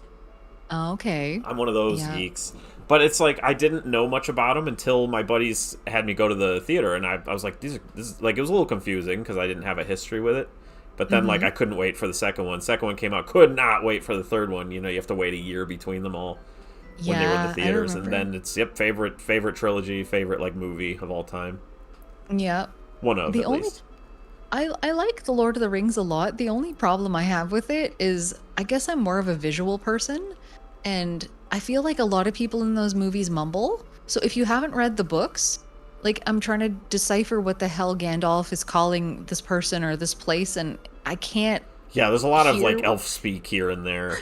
yeah, and I just sit there and I'm wondering what is everyone saying? Like where are we going? What's going on in this story? Yeah, one like the And first one I was confused about, so I like did a little research into it. I'm like, okay, now I understand the relationships between these people, and yeah, it helped. I've often had to come away from a movie and go read an article about what the hell I just watched because I don't know. I don't love movies. The movie experience for me doesn't really draw me in, but I Not love really. Yeah, I haven't seen a fantasy. movie in a long time. Yeah, I think the last movie that we went to go see was the second Star Wars movie of the new bunch that Yeah, came I saw out. that too. I didn't see the third. Me either. I was just like, I think I've had enough. Yeah, I drew my line there and I said, okay, well, the original trilogy for life it is for me, Yeah, and that's good enough. But yeah, I found a lot of stuff just doesn't pull me in. It doesn't hang on to me very well. Though I will say I did just rewatch Willow after making the review because I hadn't seen Willow in uh-huh. about a decade. Yeah, and that was fun. That's a surprisingly silly movie. Oh I was yeah, expecting it to be more it's serious. like a cartoon version of the Lord of the Rings. Yeah, well, it's so funny because when I Replace was a the ring with a kid, baby, and there you go. yeah, I remember as a kid, my mom used to tape a lot of movies off of TV, and Willow was the movie on the VHS tape. It was second in line, and the movie I always liked to watch was the third one. But they would always make me rewind the tape. So I'd have to sit there fast forwarding through Willow So you had And like a fast-forwarded knowledge of like the whole film all the way through. pretty much, and I hated it because in fast forward mode, it just looked like people were walking forever. Yeah. And I know people have described Lord of the Rings as the walking Yeah. movies, right? And Willow is very much the same, but it used to be a point of contention for me. I'm like, I think I hate Willow. Oh gosh, I had to fast forward it 8,000 times. How can I like this movie? Me and my buddy at work still call each other Pecs once in a while. Yeah, that's Because cute, I eh? remember Mad Mardigan hanging in the cage like, oh no, a peck with an acorn! What am I Yeah. gonna do? Gosh. So stupid. They just it- made up some words. Yeah, I think that whole movie is just so fun. And the music, it's so funny. I hadn't seen it in so many years, and as soon as I heard that soundtrack, it was like I was 5 years old again. I haven't watched it all the way through in a long time. I've seen some scenes here and there. It's a little rough around the edges, like special effects wise, isn't it? It is, yeah. There's that big monster in the Yeah, middle that of the doesn't movie look that. very good. Gosh, Well, like- I had forgotten about that entirely. Like so many things about that movie. God, I didn't even remember that that was a part of it. Oh yeah, like Ghostbusters. Like I watched that again a few years ago, and I'm like, that dog running through the town's actually pretty crap looking. Like a lot of the special effects are great, but some of them, the stop motion mixed with live action, doesn't hold up very well. No, and I think there's a part of it that I really appreciate in terms of the technical side of those old effects. Like I'll take old effects even if they're terrible over computer stuff a lot of the time. But yeah, there's something very charming about that era of filmmaking and movie making that I really do When I appreciate. think of at the Willow, very also, I least. think of like I'm remembering him throwing the acorn at Bavmorda, and she catches it, and then her hand starts turning, but then she's like, and she just like throws it. Yeah, And she's that just like, happens. you idiot. I forget what happens after that, but he like makes the baby disappear or something like that. He does, yeah. And I had no recollection of that either. He just makes her disappear, but Yeah. it's like his cheap trick. He Yep, doesn't he does actually do tricks. any magic. Yeah. Well, the TV show's coming out, and I'm curious to know what that's going to be like. I just brought that up not that long ago too with my friends. And I was like, I can't. Like the guy looks fantastic for how long it's been. Gosh, no kidding, eh? Yeah. What's his name? Warwick, and Warwick Davis. He was what was he? He was 17 when he first made Willow, maybe even 16. I can't remember. So it's Is that so? he was young, and he was like when he was Wicket in Star Wars. He was the little Ewok, Yeah. and I think he was like 11 or something or 12 when he did that. Holy smokes, eh? So yeah, it's interesting the fact that he's really not that. I mean, it's he's not that old, so I guess it would make sense that he still's looking pretty good today. For sure. I'm curious to see how it's going to go. And I think they got a lot of the original cast back too. Oh yeah. Maybe. Well, I don't think they got Val Kilmer though. Yeah, I think he's not doing so well health-wise, eh? Yeah, which is sad Yeah. because that would be cool to see him come back. Oh, for sure. Oh, what'd be For really sure. cool is if they got the baby all grown up if she was an actor. Yeah, I know. That baby is so freaking cute. I don't But know like, is she how... now? I don't know. Yeah, I was just so charmed by her little face the whole movie. The baby and could be a they crack addict now, for all we know. Who knows, eh? I'm pretty sure Impossible I've to seen a know. picture of them together at some point, but I don't know what she's doing these days. Yeah, it would be fun though to have her come back too. Yeah, it's like literally her. That'd be awesome. I think I read somewhere that it might have been twins that I think played it was. the baby. Yeah, so they just have all of them. Got Olsen all of twin the syndrome people. going on. Yeah, that would be pretty neat. Because like I don't know, I haven't watched a lot of TV either at all, but like I've heard that the Dark Crystal series was pretty good too. Yeah, I don't know anything about. I think I might have read a book called Dark Crystal when I was younger, but It's I another recall one of those nothing about it. movies from the 80s. Yeah, it rings a bell. Is it like the same people that did Labyrinth? Maybe. Well, it's the Jim Henson studio, Okay, so it's puppets. The whole thing's puppets. gotcha. And there's like the Yeah, big so- vulture puppets, and then there's the little elf puppets. Mm. But It like, doesn't what, ring a bell. I'm sorry. It doesn't ring a bell. Yeah, it's one of those that like most people saw the Labyrinth. Not everybody saw Dark Crystal. I've seen neither. All I get constantly, I don't want to say harassed because that's not the right word, but poked at by Yeah. people online for my lack of movie knowledge. What about And- like Return to Oz? Did you see that? No. It's another like dark kids movie that we all loved when we were little. Yeah, I can't say I've seen that. I'm trying to think. Like, I mean, because yeah, you're a little bit younger than I am, so you might have been like too young for some of these anyway. Mm, yeah, it's possible. I remember the biggest movie that cracked me up the most growing up was Drop Dead Fred. And I Yeah, we used to also love that. watched friggin' hell, that movie is so funny. I watched it again a couple of years ago and it settles in differently coming to it as an adult. I Does don't it know if still you've seen hold it. up? I think it does. I think the ending's still kind of a little weird as an adult as it Yeah, was as a it's a kid. little, it's a little tonally different than you would expect. Yeah, but like you got Carrie Fisher in there Oh and yeah, just like the whole idea of somebody trying to reinvent themselves and everything that they ever knew is just fading away and like you're a kid again in your parents' house trying to get over some emotional trauma. Like the whole concept of that would be the last place I would want to go.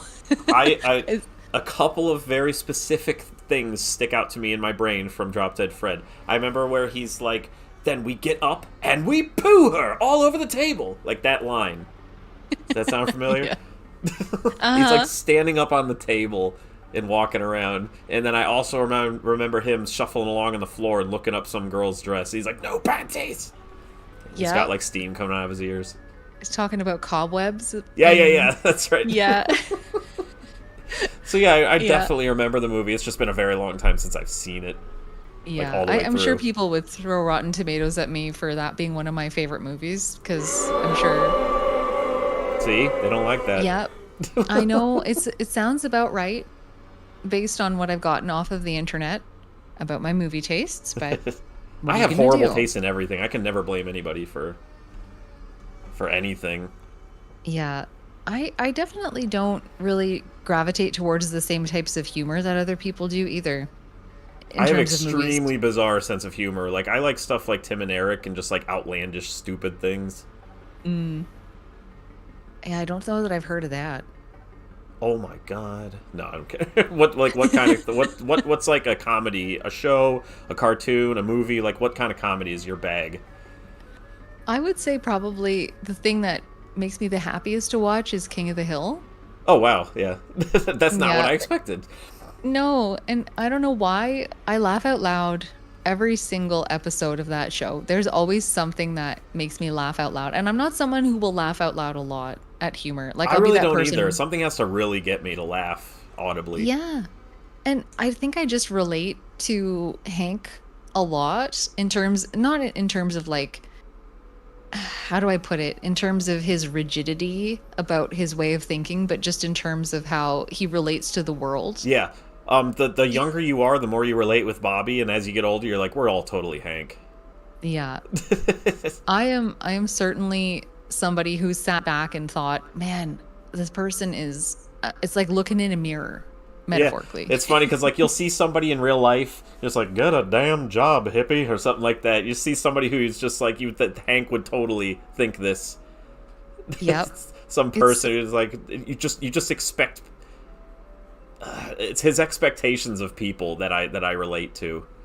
yeah.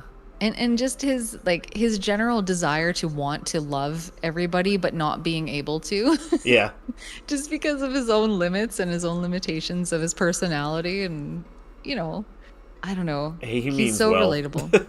He does, and I'm terrified for the remake because they're apparently Oh, they remaking King are. of the I Hill. did not hear that. Or they're rebooting it. They're doing something, Why? and I'm concerned. I mean, like the Simpsons aren't dying, and those they haven't been funny for like 20 years. So I know, but I don't don't do the want the same show thing to to come Hank. back.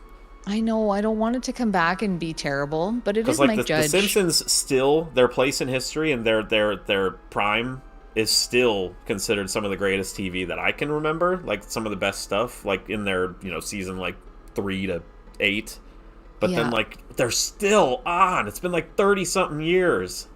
I stopped watching a long time Oh ago. yeah, like high school, and it Yeah, hasn't been funny since.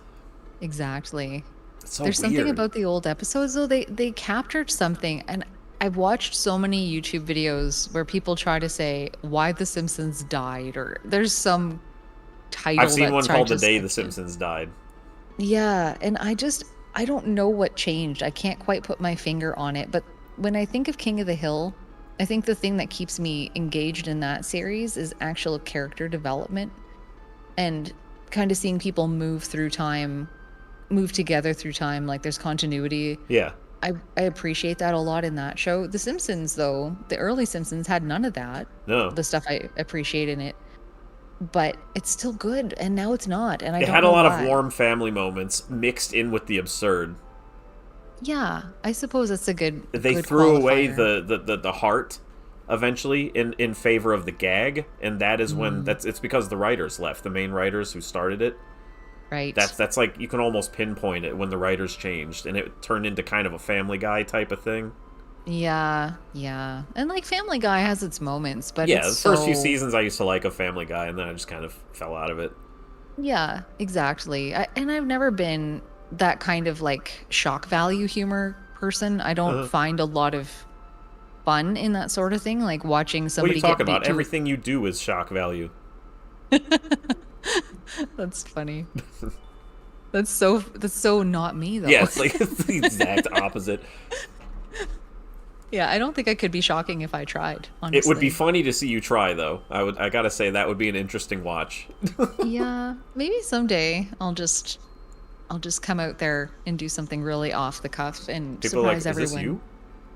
Well, it's funny because I have my stream settings to 18 plus, mature audiences only, and I don't even really swear on stream very much.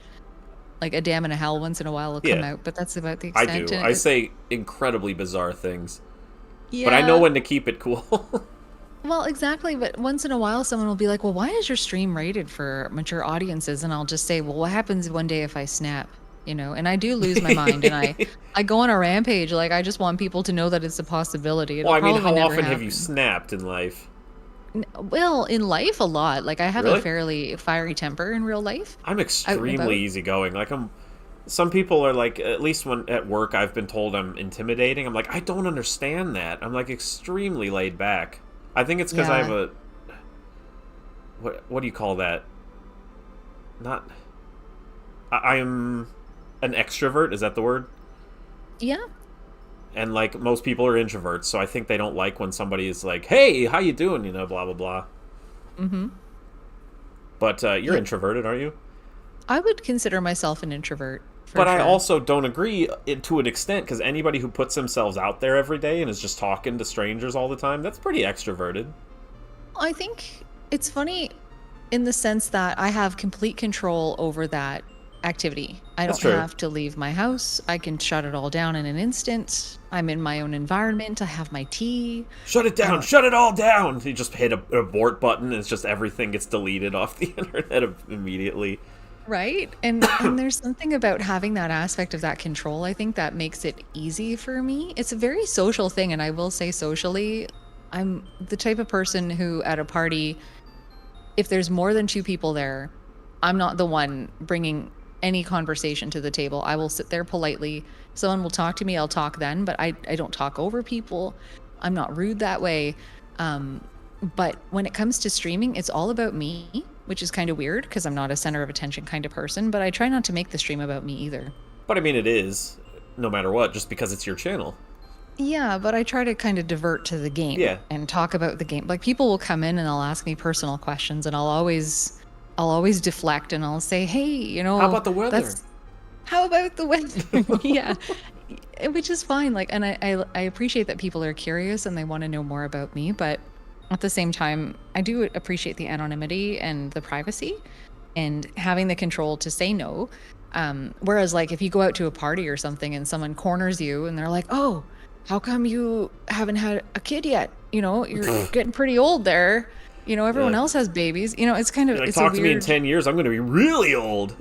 Well, that's right. And it's just it's the weirdest thing. It's so different than any other social situation I've ever participated in and I'll often have people ask, "Well, are you going to come to a convention? I'd love to meet you." And I think that that sentiment's really nice and I would love to go, but I'd also probably immediately wilt in that You just shut type of down. You're just like, I don't want to be yeah. here. Well, it wouldn't so much be not wanting to be there, but I think more just the overwhelming feeling of what happens if people don't like you? You know, they know you as a voice on the internet playing a video game That's and the then they best meet part. I you. would love to go to a convention. Everybody hates me there. I'm like, but like this is. I get to be the bad guy today.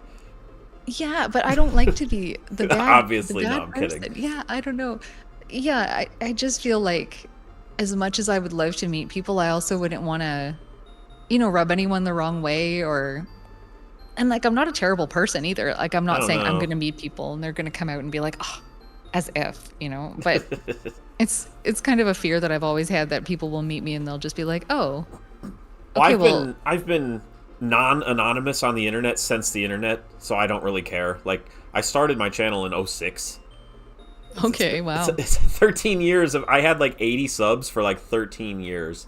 Holy smokes. And then it exploded. But like I made a movie when I was 18 years old. It was in the Cleveland Film Festival. That's the first thing no, it's not the first thing I put online, but it's the first thing you see when you go to my channel. It's called Disaster Squad. That's where my name comes from. Okay. And so like my face is already over there. I've shown my name, my full name, my face, my town, like everything is on the internet. I don't care anymore. It's like whatever. Yeah, I think I would be a little bit more open to sharing personal information if I hadn't had, like, I've had a couple of kind of weird experiences with people. I don't think anybody should do it. I'm just saying it's already out there, so I don't care. Yeah, I think I went into this whole being on the internet with privacy in mind because, like, and I don't talk about career very much at all Yeah, on the internet, I but do. I talk about my day at work, and I'm just like, oh, this idiot was this or that. yeah, I think I wouldn't want somebody trying to track me down or showing up in that capacity, or even like, and this might come as a shock, but there's not a lot of people in my real life that really know what I do on the internet. Like, I don't have family and friends that subscribe to my YouTube channel. I don't have family and friends that come out to my streams. Like, it's completely anonymous. I mean, I don't have family who does. Yeah, I see what you mean. Like, my real life family and friends really don't either. It's more just my online pals. Yeah, and I certainly wouldn't want people coming in and being like, "Hey, did you talk to grandma yesterday?" Like I don't need that kind of it's a weird crossover. It is, and then you can't really control other people either, and you can kind of say, "Well, I want my privacy respected," but then they come in, maybe use your first name or start asking you questions about work. Well, it's one of those things where like you can keep the internet at arm's length, but you can't keep like it's hard to keep family and friends in real life out of arm's length, but at least you can control this. Absolutely, yeah. And like people know that I stream or I have a YouTube channel, but they don't know my screen name, and most of those people are too old or like out of touch to care. Yeah, they're not going to be showing up anyway, but so let's say this, what would change about your channel if you face cammed the whole time? Oh god. Can you imagine? No, I couldn't. I honestly, when I play games, I have my hands captured in a cartoon, so it's not really. I could just hit the webcam button, I guess, but I'm just like, they don't need to see my ugly face. Just do the glorified version, the cartoon version. Yeah, well, I don't know. For me, it's more. I just like the intimacy of sitting on a couch in the dark and playing a game. Like I see people streaming at a desk with a lamp in their face. It's like 12 o'clock at night. Like at that point, I'm starting to get ready for bed in my mind, right? Yeah. I don't want I'm not going to go get made up for this. Oh, God, no. And like, I'm not the type of person who wants to have to come home from work, have a shower, do my hair, put on makeup, to go sit in front of a camera to stream a video game. Like, no, thank you. I'd rather. Do you ever wonder if you would have a lot more followers if you did? I've actually had that thought a lot. Actually, girls have it made when it comes to Twitch. Nobody wants to see my stupid face on there. Yeah, I don't know. I kind of do agree that women at least in do a have sense. an advantage. Yeah, there is an advantage there that is undeniable, but I have never considered kind of your going gender that has route. nothing to do with your success. You just make good content. Well, and that's what I've always kind of hoped. Like, even in the choice of the screen name, I didn't put my name in it. Yep. I didn't make it something sounding too feminine. There's an A at the end of it. Well, that's another good another reason why I'm glad you don't face cam and stuff, because your merits and everything you're following has not been because of any of that. Yeah, and I certainly wouldn't want to ever have to sit there and wonder, am I having success because am I popular, or is everyone just like, oh, you're pretty? Yeah, and like I've never really, like, just between me and you, I've never been somebody who's felt like I'm a bombshell. I'm just an average person. Yeah, I'm an average looking human being. Just an average douche from Ohio. Yeah. So I'm not the first person who's gonna start trying to milk Have you any had that happen physical. anyway? Where people are Like, oh my god, I love your voice, it's so hot. has anybody ever done that? All the time. Well, Really? okay, so there's two kinds of people who Do come they do into it in my that stream. voice?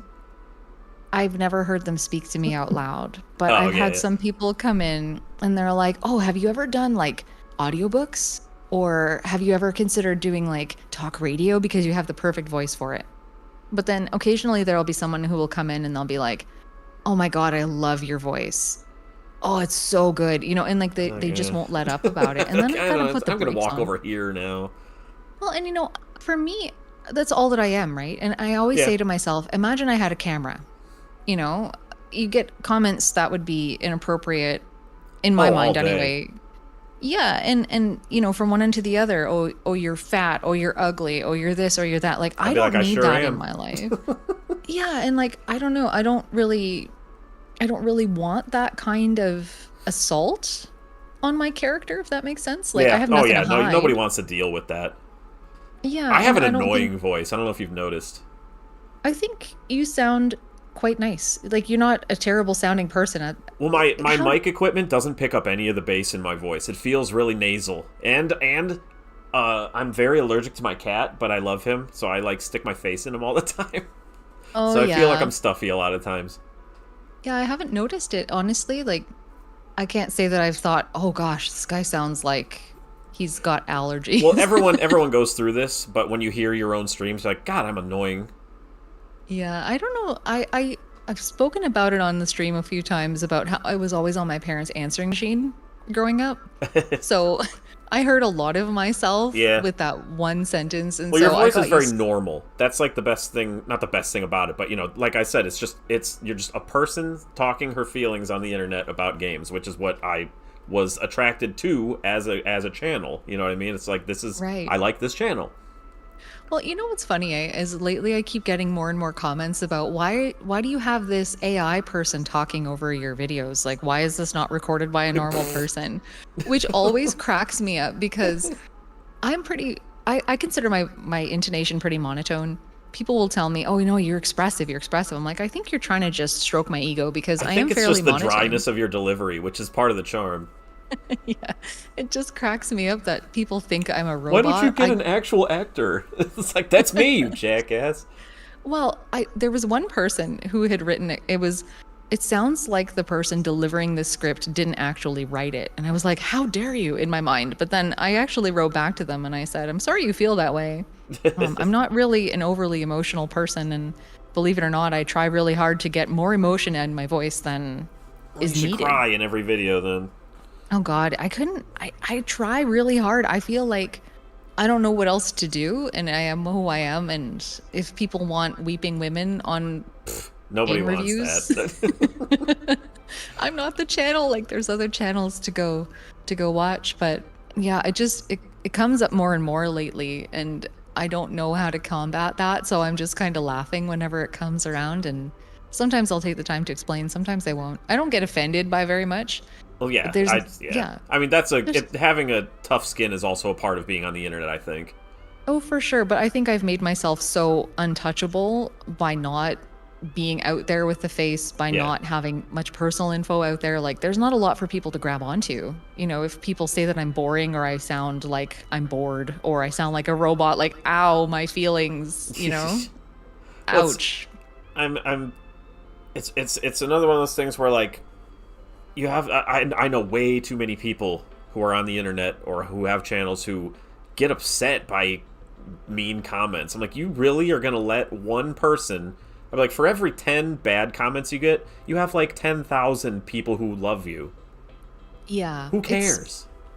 I know. I feel sometimes like the bad comments do settle into my heart a little heavier. And I do tend to fixate on them sometimes, especially because my YouTube stuff is something that's so long-winded from start to finish. You're like, When I put a someone- lot of thought into this. Yeah, and I mean, I don't take it personally if someone likes a game and I don't or whatever, but when it comes down to someone just being totally miffed at something I've said, that really hurts my feelings because I do try to go out of my way to be understanding and like I told you a while ago, like pick people's brains and kind of understand what people like about a game or don't like about a game. I think I commented last on your channel about, I didn't say anything hateful, but I remember I commented on the Mylon Secret Castle episode, because I was like, dude, I hate when people hate this game, because I beat it when I was like 8 or 9. It can't be that hard. We didn't have cheat devices or anything. Mm-hmm. And I think you just said, yeah. Or something, I can't remember what you said. Totally, or something like that. Yeah, well, I think... And with that video in particular, I got really frustrated when I was streaming that game because most people who came into chat were like, "Oh no, it's this game," and I think it's cute. I like that game. It's adorable, and this preconceived notion about games that is not formed by their own experience, but by other people's reviews. Yes, and it was very funny because the first thing I would say is, well, how old were you when you played it? They'd be like, well, I was 5. I'm like, well, yeah, if you're 5 years old, you're going to have a hard time with Mylon Secret Castle. I'm 36 almost. Like 2 weeks away, I'm going to be 36. Like, I'm a grown woman playing a game on the internet. I read the manual. I can comprehend English. I still remember something very well from the manual. It says coin/money. Yeah. For some reason, that stuck out. The little square with the dollar sign in it, it says coin money. Because my friend used to call them coin monies. Oh, cute. When we were like, 8 years old playing it, he's like, "Oh, get the coin monies," because it said it in the book as 2 words.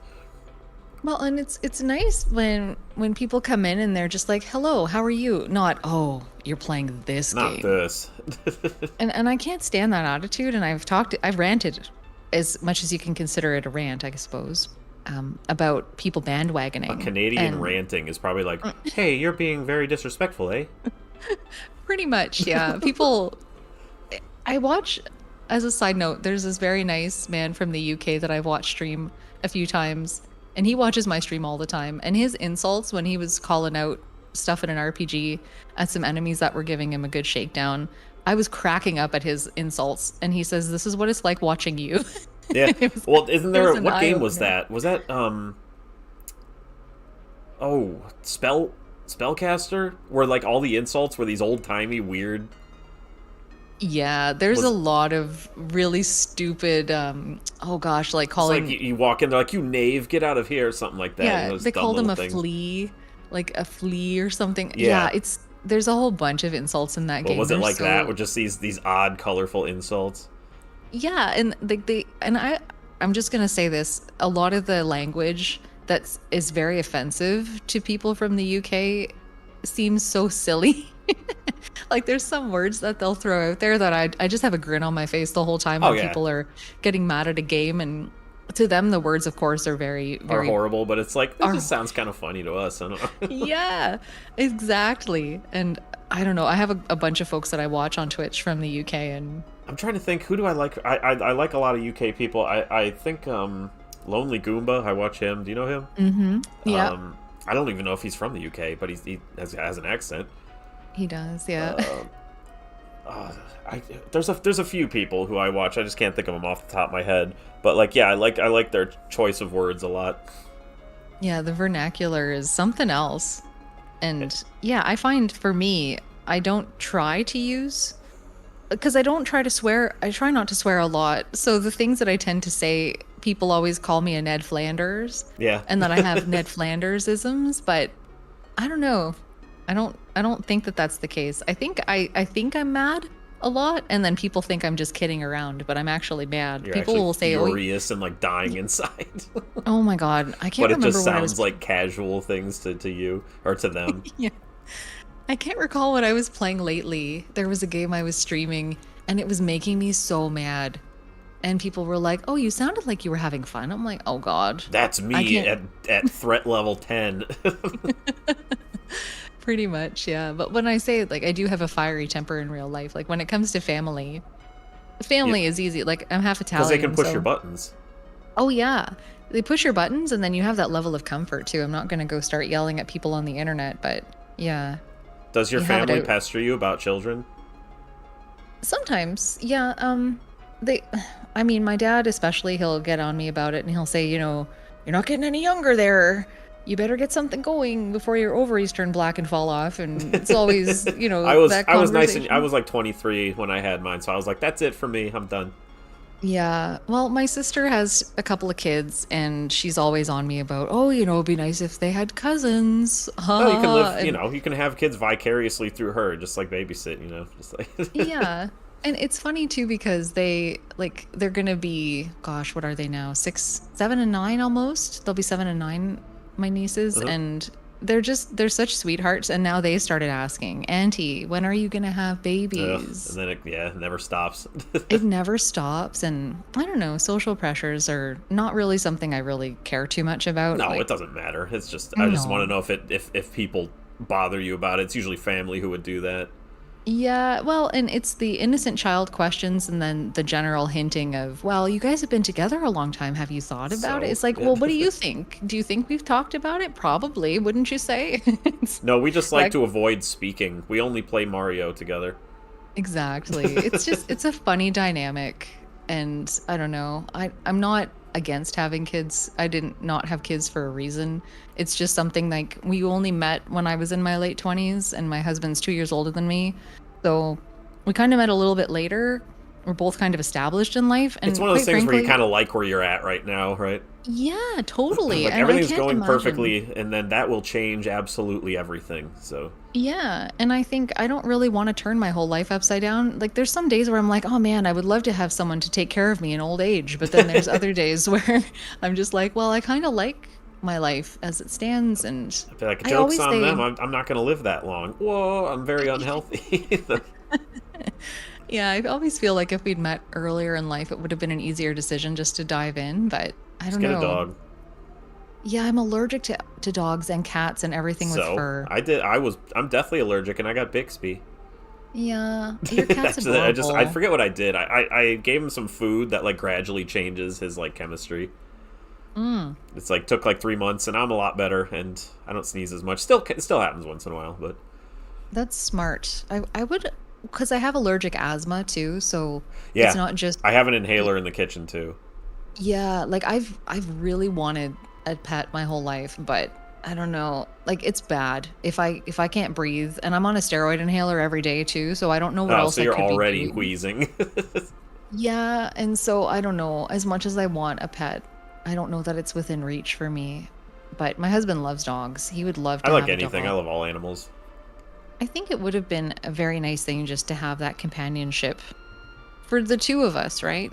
Like Well, I live somebody here by extra. myself, so I gotta have Bixby here when my daughter's not here. But like, yeah, it would be nice to have another human here, of course. Yeah, for sure. No, I think your cat's freaking adorable. I Did you see saw the pictures of photo. him? Yeah, on Twitter Oh, I where like to post pictures of him on there. Like he has a lot of expressions on his face. yeah, and he's got like that big white fluffy belly. Yeah, Oh, he's he's a so big old fatty. sweet. Yeah, the only furry friends that we really have are these chipmunks that live in our yard, and they come out every day and we feed them nuts. I was gonna say I Oh, throw some peanuts out there, but like Bixby tries to destroy them immediately when he sees one. He's like, and oh he's no. fast. He's a little fatty, but he can catch one no problem. I No can't believe kidding, how eh? fast he is. Oh my gosh. I had a chipmunk sitting in my lap today and Aw. I was petting her and feeding her peanuts. She'll tolerate the petting until the nuts are gone and then she's out of Do you there. give them like full peanuts so they stuff it in their cheeks? Yeah, and sometimes I think one of them she must have just had babies recently because you can see like she's got all of her nipples hanging out there and she's chonky. Oh, She's hot. so cute. Okay. And she'll just like rip out a peanut shell and just bust out a peanut and just sit there in my lap and eat it because She's she's like, this is nice to obviously get away from the kids for a minute.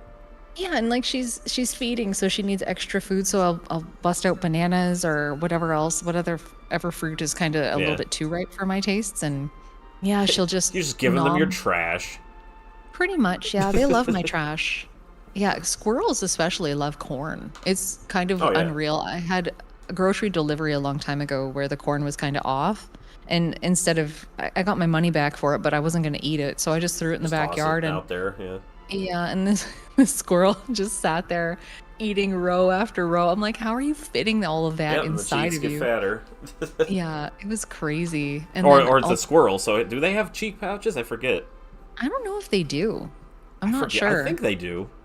But like chipmunks are known for it. Oh, chipmunks are so sweet. Like I can't. We They're open our teeny. patio door right now, and they know we're there. They live under our deck, and they just pop out, and they're like, I "Hello have a there." groundhog under my back porch. He like comes out, he just stares in the back window, and the cat's like pawing at the glass. He's like, I want to see him. I want to see him. That's so funny. It's Do you do strange. They anything just for he's him? just sitting there. Big old fat groundhog just looking in the back window all the time. That is amazing. How Weird. big are they? I don't think I've seen one. About as big as like a small dog. Holy smokes! I'd say the size of my cat. Oh wow! And do you have a bunch of holes in your yard from him? There's one. I know where he Yeah. goes. He goes underneath like the cement pad, but like in the backyard there. But like my yard's fenced in, but I can't let my cat go out alone. He will hop it if he sees some kind of an animal like that he wants to chase. So I gotta watch him. But I do for let sure. him go out with me. You take him on walks? No. No. No, I just let him. The backyard's completely enclosed, so I just put him outside, and he like walks around and rolls and sniffs everything. Gotcha. I've seen some people that will do like the cat leash, and they'll bring their cats out on adventures and stuff. But He's super social, so I kind of would like to try it, but I have the feeling he's also a butthole because he totally is. So he'll try to like run or something. yeah, it would be funny to see how he might react though. Yeah. Like just taking him out. He 'Cause if hates the he's- car. I've taken him in the car. He just Aw. meows the whole time, walks all over everybody. Yeah, it's got to be so confusing for anybody that doesn't understand Oh what's yeah, going like on vehicles. in a car. Yeah, But it's funny because like the day I took him home, you know how you expect an animal to like hide for a few days till they're used to their environment or whatever. No, oh boy, he's like running around everything, sniffing everything, and he was so happy. He was purring the whole time. Aw. So I was like, oh, he likes it here. He was like a rescue. I got him. He was like off the street somewhere. I was just gonna ask how you came to have him. Do you know how old he is? Yeah, he was 6 months when I bought him. He was like 5 months, I think. So yeah, he's about 2 now. Oh, He's still a That's- baby, but he's a big fat baby. What was I yeah. gonna? I had another thing. Oh yeah, I was gonna ask you like what sort of, besides obviously gaming, Twitch streaming, and all that, what kind of hobbies do you enjoy? Gosh, I don't know if I have hobbies outside of gaming. That's these what a days, lot of really. people on this show say the same thing. They're like, this is kind of like my main hobbies. Yeah. Yeah, like I have houseplants. I like houseplants, but I can't say that I'm very good at keeping them necessarily. I'm not the one of the two of us that's good at it. Are you like I got- musically inclined at all? No. No. No, not really. Like musically inclined in the sense that I've played by ear a lot in life. Like I did a whole bunch of bands in high school, but I could never read music. Oh, So gotcha. it's a big limiting factor. I love playing music, but I'm not good at learning What'd you it. play? In band, I played clarinet and alto sax. I was an alto and a tenor sax. Yeah, I was always good at that. I just never did anything beyond high school, or who the heck plays Yeah. anything, a saxophone outside of school anyway. Oh, for sure, right? Yeah. Like I played a little bit of violin as well, and that was kind of my big thing that I really loved the best, but again, I never took lessons. Never and did it seriously or anything. Yeah, like not being able to read music, it's so limiting. And people always say, well, I bet I could teach you. And I've been trying to learn since I was a kid. So I don't know. I'm not sure that I'll ever be able to. It's one of those things that you kind of don't want to put that much time into it either, because you enjoy other things more anyway. That's right. Exactly. And I've always kind of loved banging around on a piano too, but again, like by ear, I can pick up a piece of music okay, but if it's got complex chords in it, I can't hear them. I'm like, well, what is that note? I can't find them usually. So I get frustrated when I try to learn stuff. How the heck long ago? God, it's been 15 years now. Dang. Like I hate thinking back to how long ago something was, but I was in a band for about 3 or 4 years. I think it was No like 3 kidding. years. I was the lead singer and rhythm guitar player, and we played out quite regularly. And me and my buddy, he was the bass player. We still to this day, we're like, if we got another guitar player, we'd do it in a second again. Oh my gosh. We played That's 50, awesome. 53 songs per set, and we 4 hours of music we would play at bars. It's good times. That's wow. So what genre of music would you say that your band like was? AC/DC, Ozzy, Guns N' Roses, That's awesome. all the way up to like Rob Zombie and stuff like that. So kind of more like a cover band sort of thing? Yeah, all covers. We did all covers because when people are drunk at a bar, they just want to sing along with stuff they know, Yeah. and it was fun. You're just like, hey, let's learn, Mama, I'm coming home next week or something. So then we just work on a song, and yeah, eventually we had 50 in our belt, and we're like, let's play out, and we did.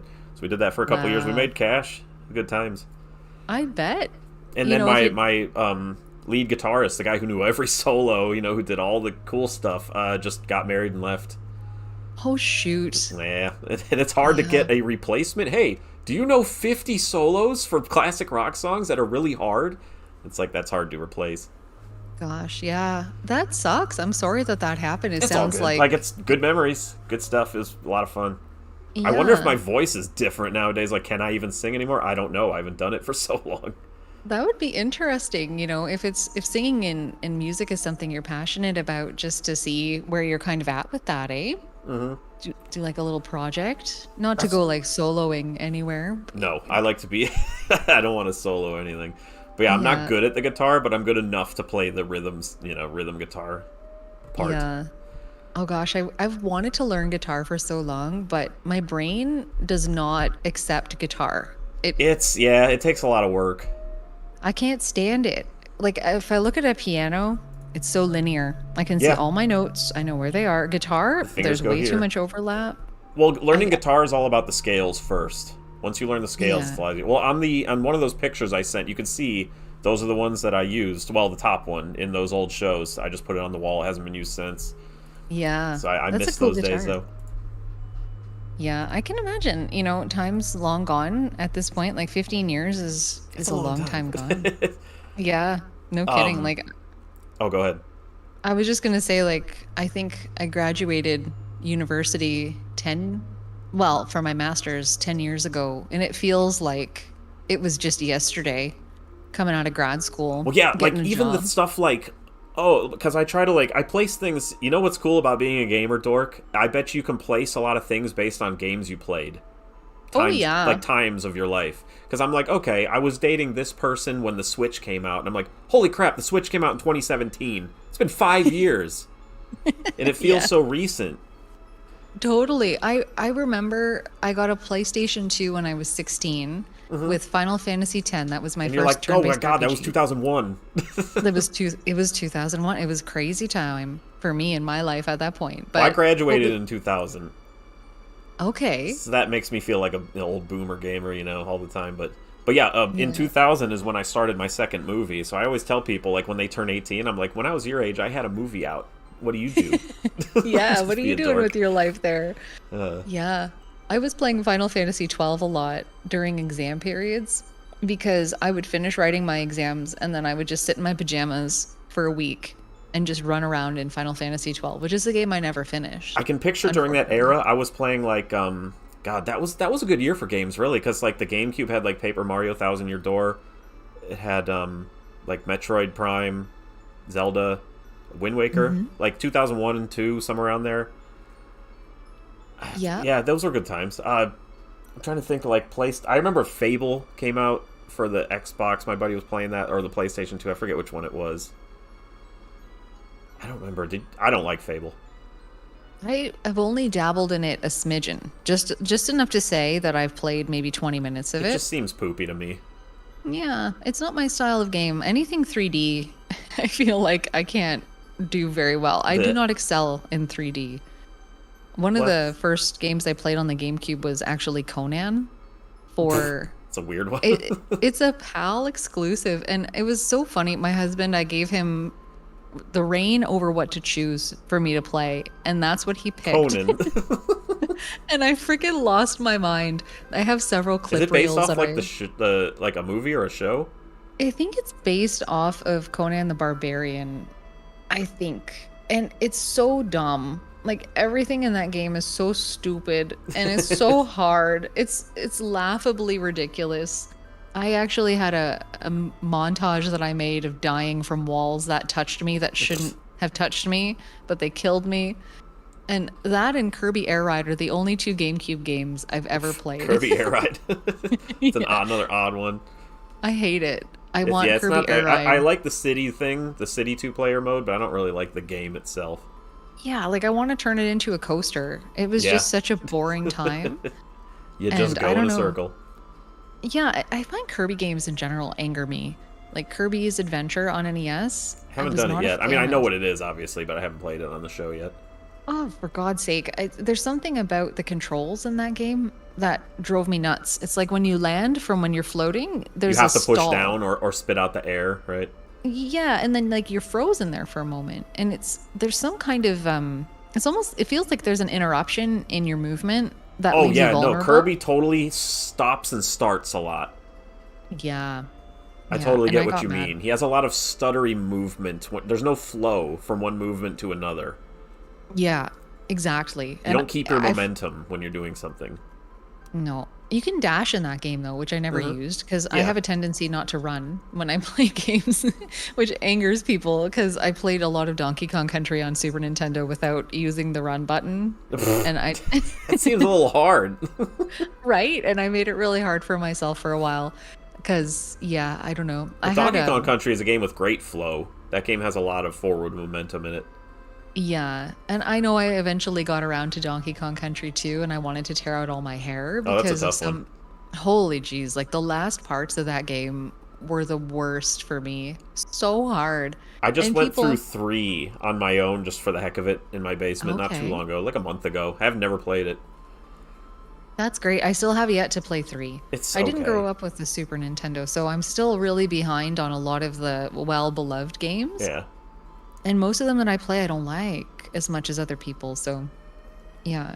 The Super Nintendo's not my jam, I don't think. I love NES and Master System and Game Boy. Oh yeah, I can totally tell that's your jam.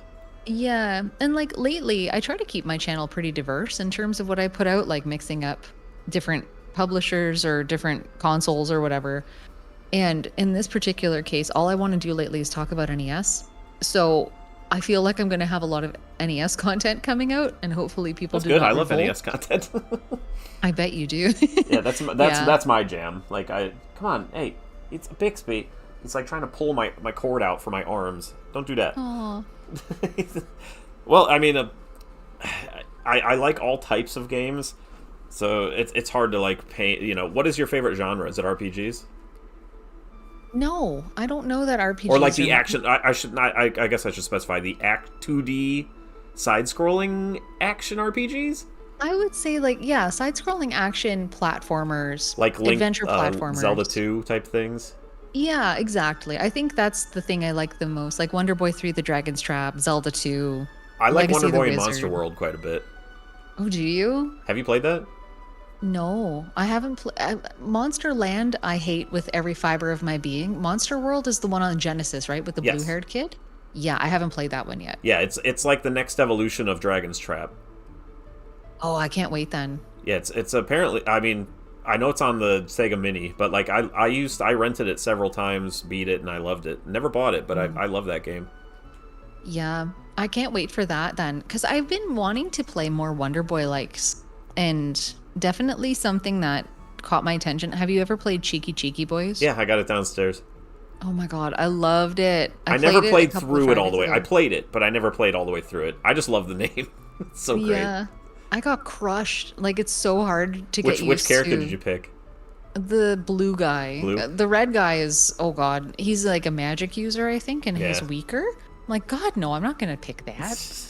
You get 5 attacks the whole level? No thanks. I'm gonna go with the guy who I can reliably attack with for free, and I don't have to worry about consumables. I had a list at work that I would just keep writing. Every once in a while, when I would think of a game, I would just put it on the pegboard at work. I'd be like, it was a list of game names. It's like, are they real or not? And Cheeky Cheeky Boys was one of them. I would make people. I'd be like, pick 3 games out of this list that you think are real, like because all the names sounded ridiculous. And they would pick a few. I'm like, oh, they're all real, like all 20 or whatever. Like Tongue of the Fat Man and stuff, like just these idiotic sounding game names, but they're all real. Yeah. There's one on NES. It has the word drunkard in it, and I always Yeah, Master Chew and the Drunkard Who. That was on the list. Yep.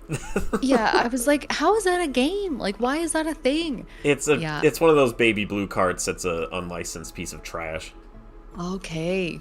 Ooh, there I was gotta play another- Spiritual Warfare soon. I forgot that. Like that's one of you reminded me that I wanted to play. Please play it, and I hope that you'll let me know what you think because that game cracks me up so much. I know what I'm getting myself into there. I haven't sat down and actually done it yet. I know I'm familiar on a surface level at least of all 700 something NES games. It's just I haven't delved into yet. Well, I'll say spiritual warfare is fun. It's not. It's everything I wanted it to be. I've heard but it's one of the best unlicensed games. It exceeded every expectation I had of it. I expected it to be kind of broken in some ways and kind of crappy. But as a game on its own, like take all of the religion out of it if you want to. And there's, it's honestly, as far as I solid. remember, there's barely any religion in it. There isn't much except for the part where you have to, like, to regain life, you can answer Bible Quiz questions. questions, right? Yeah. Yeah, and, most like, of my those games limited- by Wisdom Tree did have quiz questions in them. But yeah, there's really not a lot of, like, you know, religion being pushed on anybody. It's just like, yeah, the themes, but... Yeah, it's very thematic, you're right. And I guess apart from that, apart from those quiz questions, it's not too heavy-handed. The manual is extremely heavy-handed. If you read the manual, it's just It's like one of those slapping little you. pamphlets that people leave in a public place for you to read, those little comics. It might as well be. Yeah. I think that very well describes that. But I think that you'll enjoy it if I you hope like. so. Oh, I don't doubt it. Like I loved Baby Moses and David and Goliath and that Noah's Ark game on I the forget Bible what I Adventures gave that, site. but I did beat all three of those. Yeah, I find them so funny. Like coming from the background that I have, like I had a very religious mother. I And- grew up Catholic. Yeah, me too. So it's just you see the stories that you kind of grew up with. Like we grew Being up every turned into Easter. such a joke where you throw him in the river. Yeah, you know, like we watched friggin' the Ten Commandments every single Easter on television, like that 6-hour movie with that bronzed man Yeah. who was also in that Chariot movie that I can't recall. We watched that every Easter growing up, and Baby Moses is just And they're like, so dumb. you forgot baby Moses. Like, bitch, I threw him in the river. I did it on purpose. I used him as a weapon. It's like, I didn't Yeah. forget him. Oh my gosh. But yeah, you I gotta would- go back and get him. Yeah, I spent all my time yelling at the people that throw him in the river because I get offended. I'm like, how dare you take my baby? Oh yeah, they knock him out of your hands and just wing him, don't they? Yeah. He's just they do. Kersplash. He's just gone. Gosh, it's so funny. Have you ever seen the speed run for that game? No. It's like less, maybe it's just over a minute. It's under 2 minutes long. Like you trash Baby Moses in the water and you Oh glitch yeah, to you the can end like of the skip. game. You can like run along the bottom and like not do anything. Exactly. Yeah. Yeah. I know quite a few speedrunners on Twitch that I watch regularly. And yeah, I saw that one day and I was howling. I'm like, as if you can do that. Yeah. Just break the whole game. I forget, like, I think it was David and Goliath where I was like, that was really actually short. And, like, there's only one spot of it that's actually hard, like, right before the end. Other than that, it's like a slog. Oh, totally. It's those stupid crabs on the platforms as you're trying to ascend right before you go fight Goliath. Yeah. They, like, knock your ass off, and it's so bad. Yeah, and good luck avoiding them. That's oh god. I'll take those flying boulders all day long, but those crabs can eat it. Like I hate And I them. can't stand, and I came to dislike, Noah's Ark a lot more because I was like, I thought it was kind of a fun idea at first, but it's so tedious. Like, once you get to, totally. like, level 4, it's like, oh my god, can we change this up a little bit? Yeah, and the way that you have to get your animals too. Yeah. Like- Well, it's like, what's wrong with this snake? Yeah, Why can't I take this one? exactly. I got to the second level and everything's birds. I'm like, how do I catch a bird? Yeah, you just gotta tired of this. wing a thing at him, just like, you know, Yeah, whatever I it have is, a no hay interest. bale or whatever. Yeah, I love carrying the big animals in the first 5 level, of and then them. I'm, yeah, and then I'm done with Noah's Ark. It's not my favorite on that cartridge, but I do love King of Kings a lot. The Christmas game where you play on Yeah. the camel. I have Friggin' Bible hell, Buffet in the box. I haven't played it on stream yet, but that That's one's awesome. barely religious. Yeah. I actually, a couple of years ago, Wisdom Tree had a Kickstarter where they were releasing I a heard plug about and that. play. I bought the compilation cart from them because I wanted Bible Buffet in particular, and also the one with the skateboarding kid whose name's escaping Sunday Fun me. Day. Yeah, that one. Because there's no way I'm ever going to be able to buy those with their prices how they Nope. are these days. So I have that, and I'm kind of always concerned about the voltage in that cartridge. So I play it on I have a Retro Duo. You're concerned So about the hop- what in it? The voltage? Oh, So oh. if it's like a shoddily made cartridge, sometimes Yeah. voltage can affect your console, eh? So I'm always worried about frying my equipment. But yeah, I popped that one into my retro duo and I busted out Bible Buffet. And the way that guy says, "All right." It's got great voice, like, clarity. Yeah, it's great. I played gosh, Front Mission Gun Hazard on the Super Famicom. Yeah. And the way that was translated, the main character in that game says "all right" all the time, and I always heard it in the Bible Buffet voice. Well, Bible Buffet, like, without it, doesn't it not even have questions in the game? They're in the book. Yeah, I think that's the one, and if you don't have the book, you can't answer anything. I do have the book, but, like, that game is not even religious without the book. There's nothing in it that's Bible. No, and it's fun, too. It's got some really cute sprite work in it. Shouldn't it just be called, like, Food Fighter? It should be. Food Fighter board game or something like that. That's what it should be. Well, there's, like, Food Fight on Atari, right? Yeah, there is. Yeah, and there's maybe they ran out of food games. I guess. But, like, the fact that they called it Bible Buffet is so strange. It's so dumb. Like, it's a buffet of Bible facts. I don't know. It's a weird one, but I love it. It's such a fun little game. It's a goofball game, yeah. Sorry if I'm starting to sound stuffed up, like I touched my cat and then my eye like an idiot. Oh, no. Yeah, I hear ya. If I touch a cat or I get near a cat, it's all over for me. If Like, someone has carpeting in their house. It's just I noticed. I was like, dang it, my eye's itching. Now I'm going to start getting stuffy. Well, we have been going for over 2 hours, so if you need to go and wash up soon, I'm good. So I mean, you tell me when you're done. If you're giving me the signal to wrap it up. I will admit I'm getting a little tired. Yeah, that is not a problem. Is there anything you want to get out of your system? Discuss, question, final thoughts? There was, well, in terms of another question I had for you actually was. When you say you're collecting NES, are you collecting licensed and unlicensed, like everything? Anything that was available in the States. Okay. So no Famicom carts, no. I don't care about the like the competition ones that are like the most expensive. Just if you could buy it in the U.S. at a store, I want it. Okay. Yeah, because it's curious to me because I have another friend who has a near complete NES collection, but he doesn't have the unlicensed stuff. Yeah, I've got a lot of them, but not. I have all of the Tengens, a lot of the blue, and I think I have almost all of those Camerica. They're the gold ones. Yeah. Wow. Wait, are those the ones that are like? I'm staring at my shelf right now. I'm like, is that like Fantastic Dizzy? Correct. That's Camerica. Yeah. Okay. Yeah. Like the Quattro Adventure Sports ones, and Adventure. Yeah, those suck. Yeah. Well, Super Robin Hood is supposed to be. It's okay, but Boomerang Kid. Have you heard the music in Boomerang Kid? Ugh. I don't like Boomerang Kid. I don't know about the music.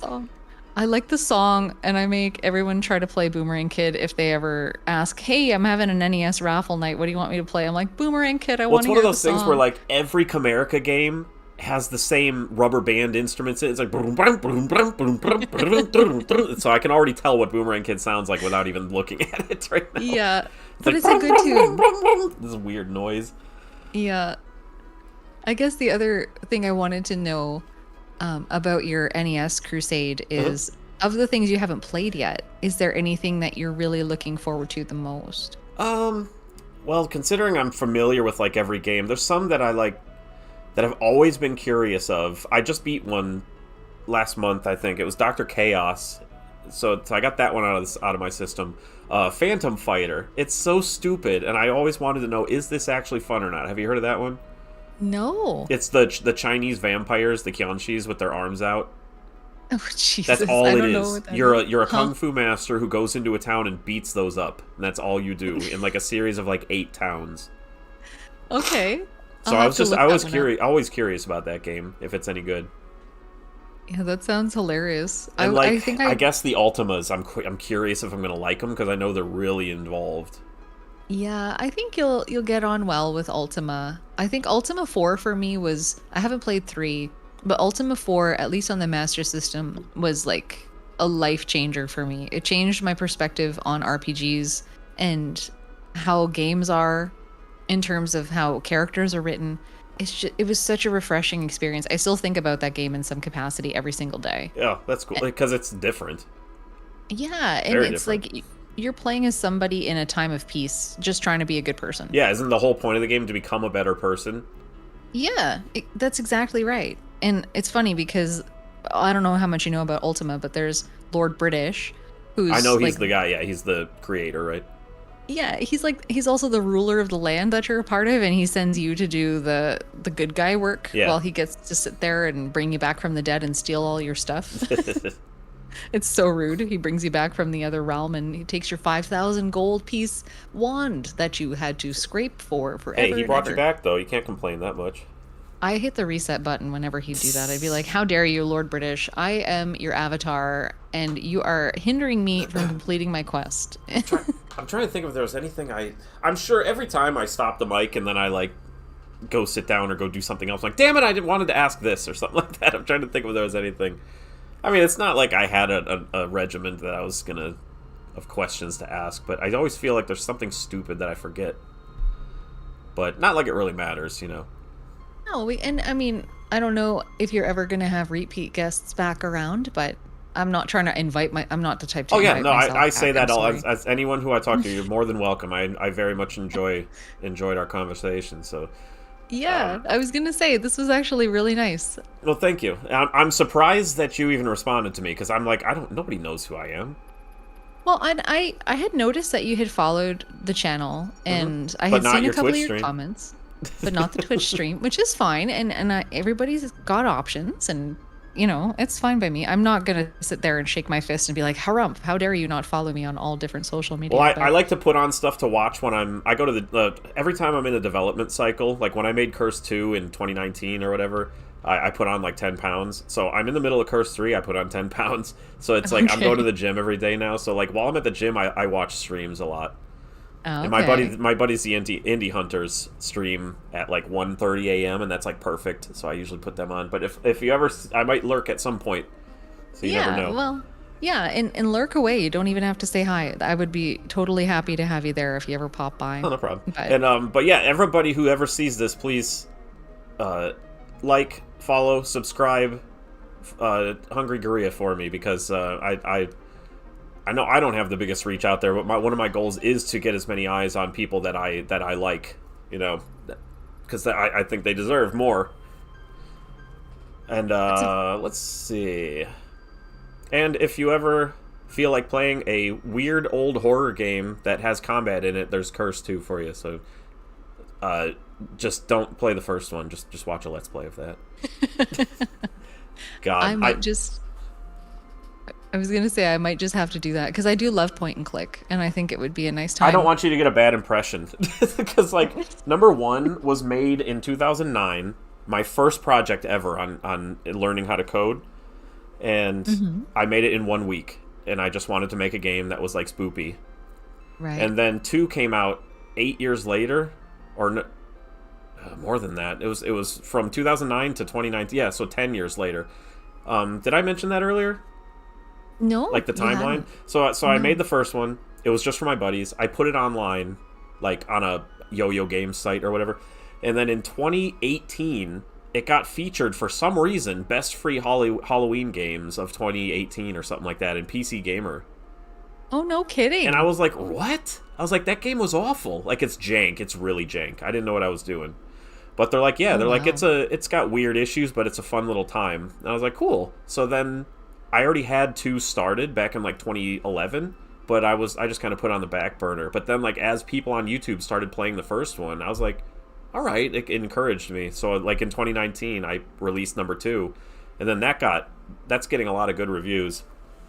That's awesome. Because I just put them on Steam like a month ago. I put 2 on Steam, and in 1 month, it got 3 to 4 times more downloads and views than it did in 3 years on itch.io and GameJolt.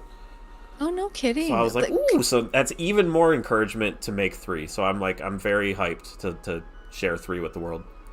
That's fantastic. And congratulations. Thank you. That's a feat and a half because I've always thought, what would I ever make a game about if I ever made a game? And then I sit back and remember, I have no skills in game making and no way whatsoever. Picture if Shadowgate or Uninvited, have you played either one? Not yet, but I'm familiar with them. Yeah. If let's say there's instead of one castle, there's like many places to go, and you drive your car between them. Okay. That's like how it is, and you solve puzzles, and you're like, oh, I remember that was locked back here. You know, you take that over there. There's spell casting. There's leveling up, that kind of stuff. I'm nodding along. I think that would be right up my alley. Because Tombs and Treasure, I know you got angry and Oh, quit I wanted to like it. I really did.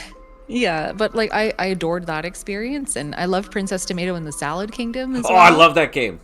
Yeah, so I haven't played it on. I have very fond memories. Me and my mother and my sister played that when I was very young.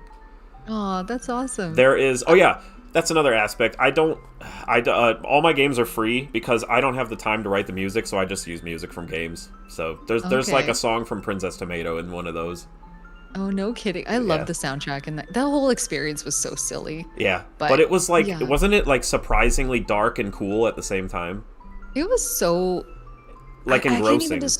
Yeah, and you just never knew it was coming. Cause like you're escaping from a death prison at one point.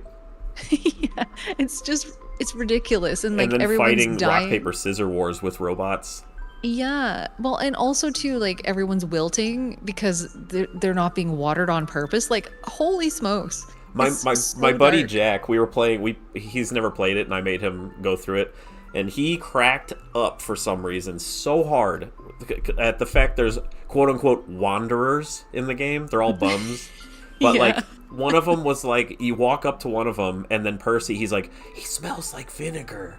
And, like, he thought that was so funny for some reason, that a bum smells like vinegar. He just cracked up at that. I'm like, yeah, that's this game. It's a little weird. Yeah, I laughed a lot at, there's a corn man. He's, like, a proper corn cob. He's like a farmer. Yeah, I don't know what about him made me laugh so much. Did you laugh when you got to punch Miss Prune and she loved it? Yes. It's like, yes, please do that on my shoulder. Yeah, there's so many weird little quirky things that just make you raise your eyebrows. It's like, what? Why? What? It's even funnier when you picture everything that happens in the game is you telling Percy to do it. Because he's like, okay, boss, okay. And you're like, go punch that lady. She's like, stop, I'll scream. Yeah, it's so silly. And I love Persimmons, too, in real life. And now I look at them differently now, having played that game. By the way, that game is worth about $120 now. Yeah, so stupid. I know. I got it when it wasn't, but like it is expensive now. I can't remember how much I paid for mine. It wasn't quite that much, and in Canadian currency as well. What's the thing that stands out the most? Just picture the game right now. Not the game itself, but the cart or the picture. Can you picture the front? Yeah. The little claymation. Little clay people, Little clay guys. Yeah, that's what made me rent it. I was like, is this a girl game? Because it was like pink. Yeah. But then I looked at the back. I'm like, this looks like Shadowgate.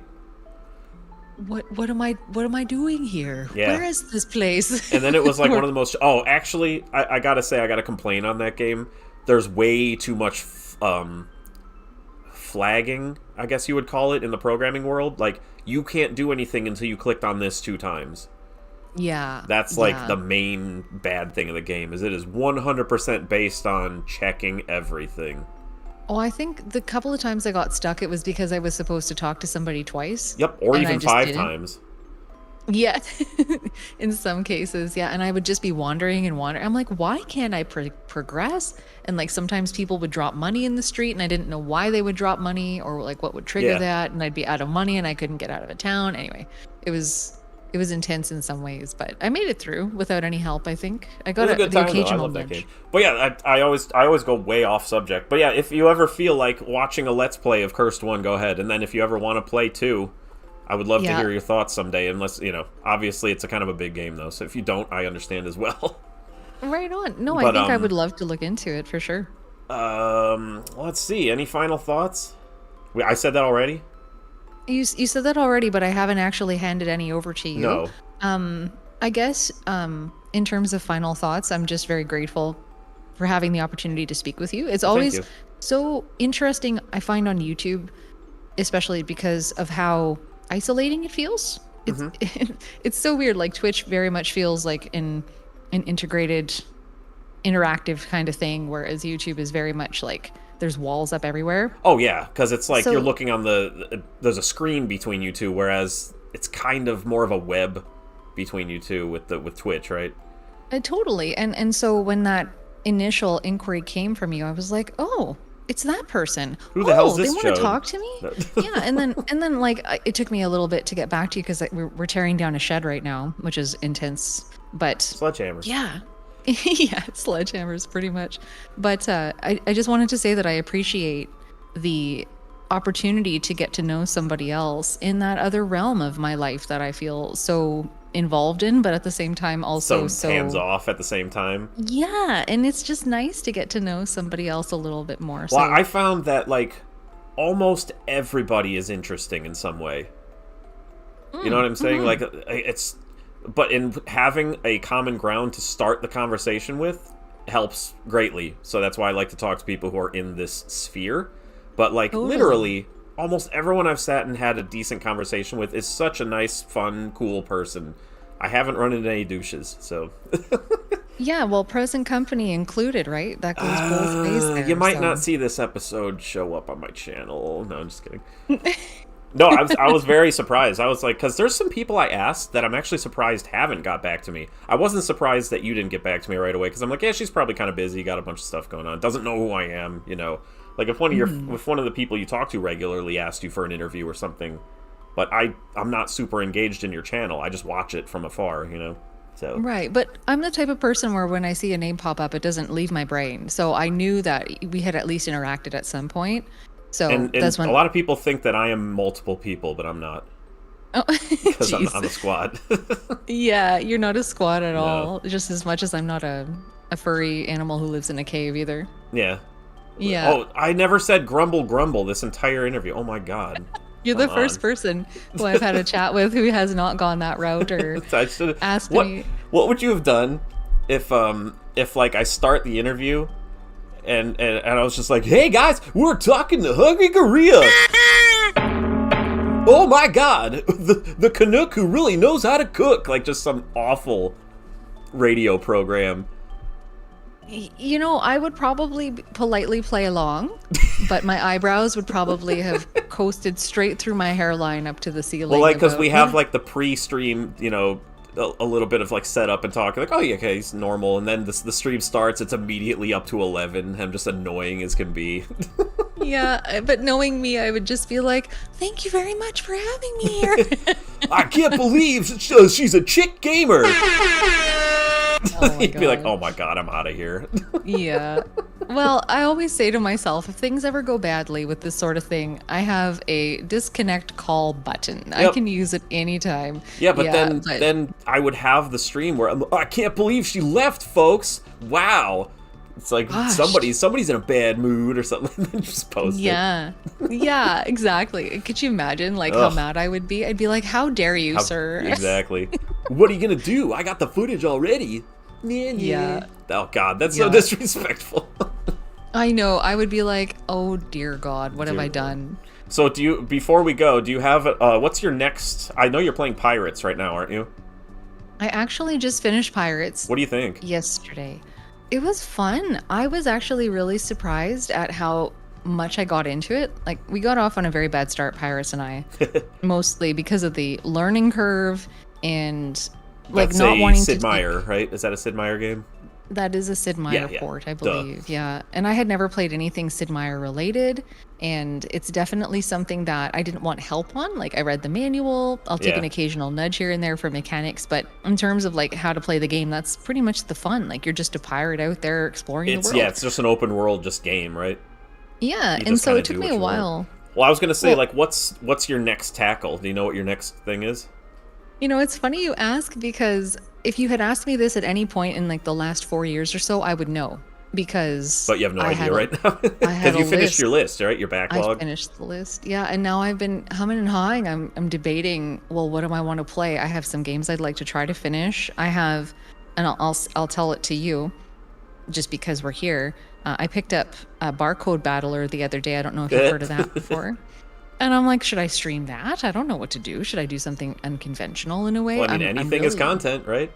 Yeah, and I'm a bit torn about where I'd like to go with it. So I don't know. It's tomorrow night. I At guess we'll see, 7:30. right? I got to think of something between now and then, but I've been back and forth so much. And I'm not, this is part of the reason why I had a list to begin with, because I couldn't, for any way to save myself, pick a game to play. And the indecision was overwhelming and deafening. So I invented the viewer request list, but I do have a list that I've made. So I'm going to look at that and I'm going to see, but it'll probably be something old that I can guarantee. I wish I could say more. Well, I guess I'll find out. The suspense, the suspense. What day is today? Wednesday? Yeah. It's Wednesday, yeah. I kind of forgot. I had a weird work schedule today. But, yeah. I want to thank you a million times for coming on, and, obviously you're welcome back if I'm ever bored and have nobody to talk to. Looking for repeat guests. Good. No. I mean, it's a lot of times you feel like there's a lot more you could talk about, too, so it's not like it's impossible. But, yeah, very much looking forward to whatever you have coming out next. And thank you. I don't know how to end these things. Thanks. Well, I'll also say thank you, and I'll be looking forward to whenever you come back out of dev mode and get exceptionally present on Twitch again, because I'm going to be in your chat shaking you down. I'm like 75 to 80% done with this game, so I'm getting there. Yeah. Well, you had best keep me posted when you're going to make your return, because I want to be here and enjoy your channel. I mean, I still do it occasionally. Maybe I'll throw you a line if I'm about to stream or something, but I still do once in a while, like maybe once a week, if that, once every 2 weeks. Well, now that I'm following, I will keep an eye out. Yeah. But awesome. So, yeah. Like I said, everybody, go follow her. She's a good kid. Good people. And I will see everybody next time. So leave them with a laugh. Tell a joke. Oh God, I don't know jokes. Put you on the spot. I don't know. I don't know how to tell jokes at all. Oh my. I know. How about Okay. I got one. Go ahead. No, because somebody told me this. Okay, I shouldn't say somebody. 8,000 people told me this joke when I was playing Pirates. What is a pirate's favorite letter? It's not R. It's actually the C. Is that correct? That is correct. Okay, because I remember I've said that at some point in my life. I'm like, you think it's R, but it's actually the C. That's so lame. I am the lamest human being on earth right now, because that's the only joke that I could think of. I didn't actually think you would tell one. I was just kidding. I just like to leave on an annoying note. Like, oh God, I don't know. Especially somebody who doesn't tell jokes. No, I have no jokes. I'm like the worst pun master. I have nothing going for me in that department. Alrighty. Alright, I'm going to end the stream then. So Alright. We'll see you guys. Have a good one. Thank you so much again. Take good care. You too.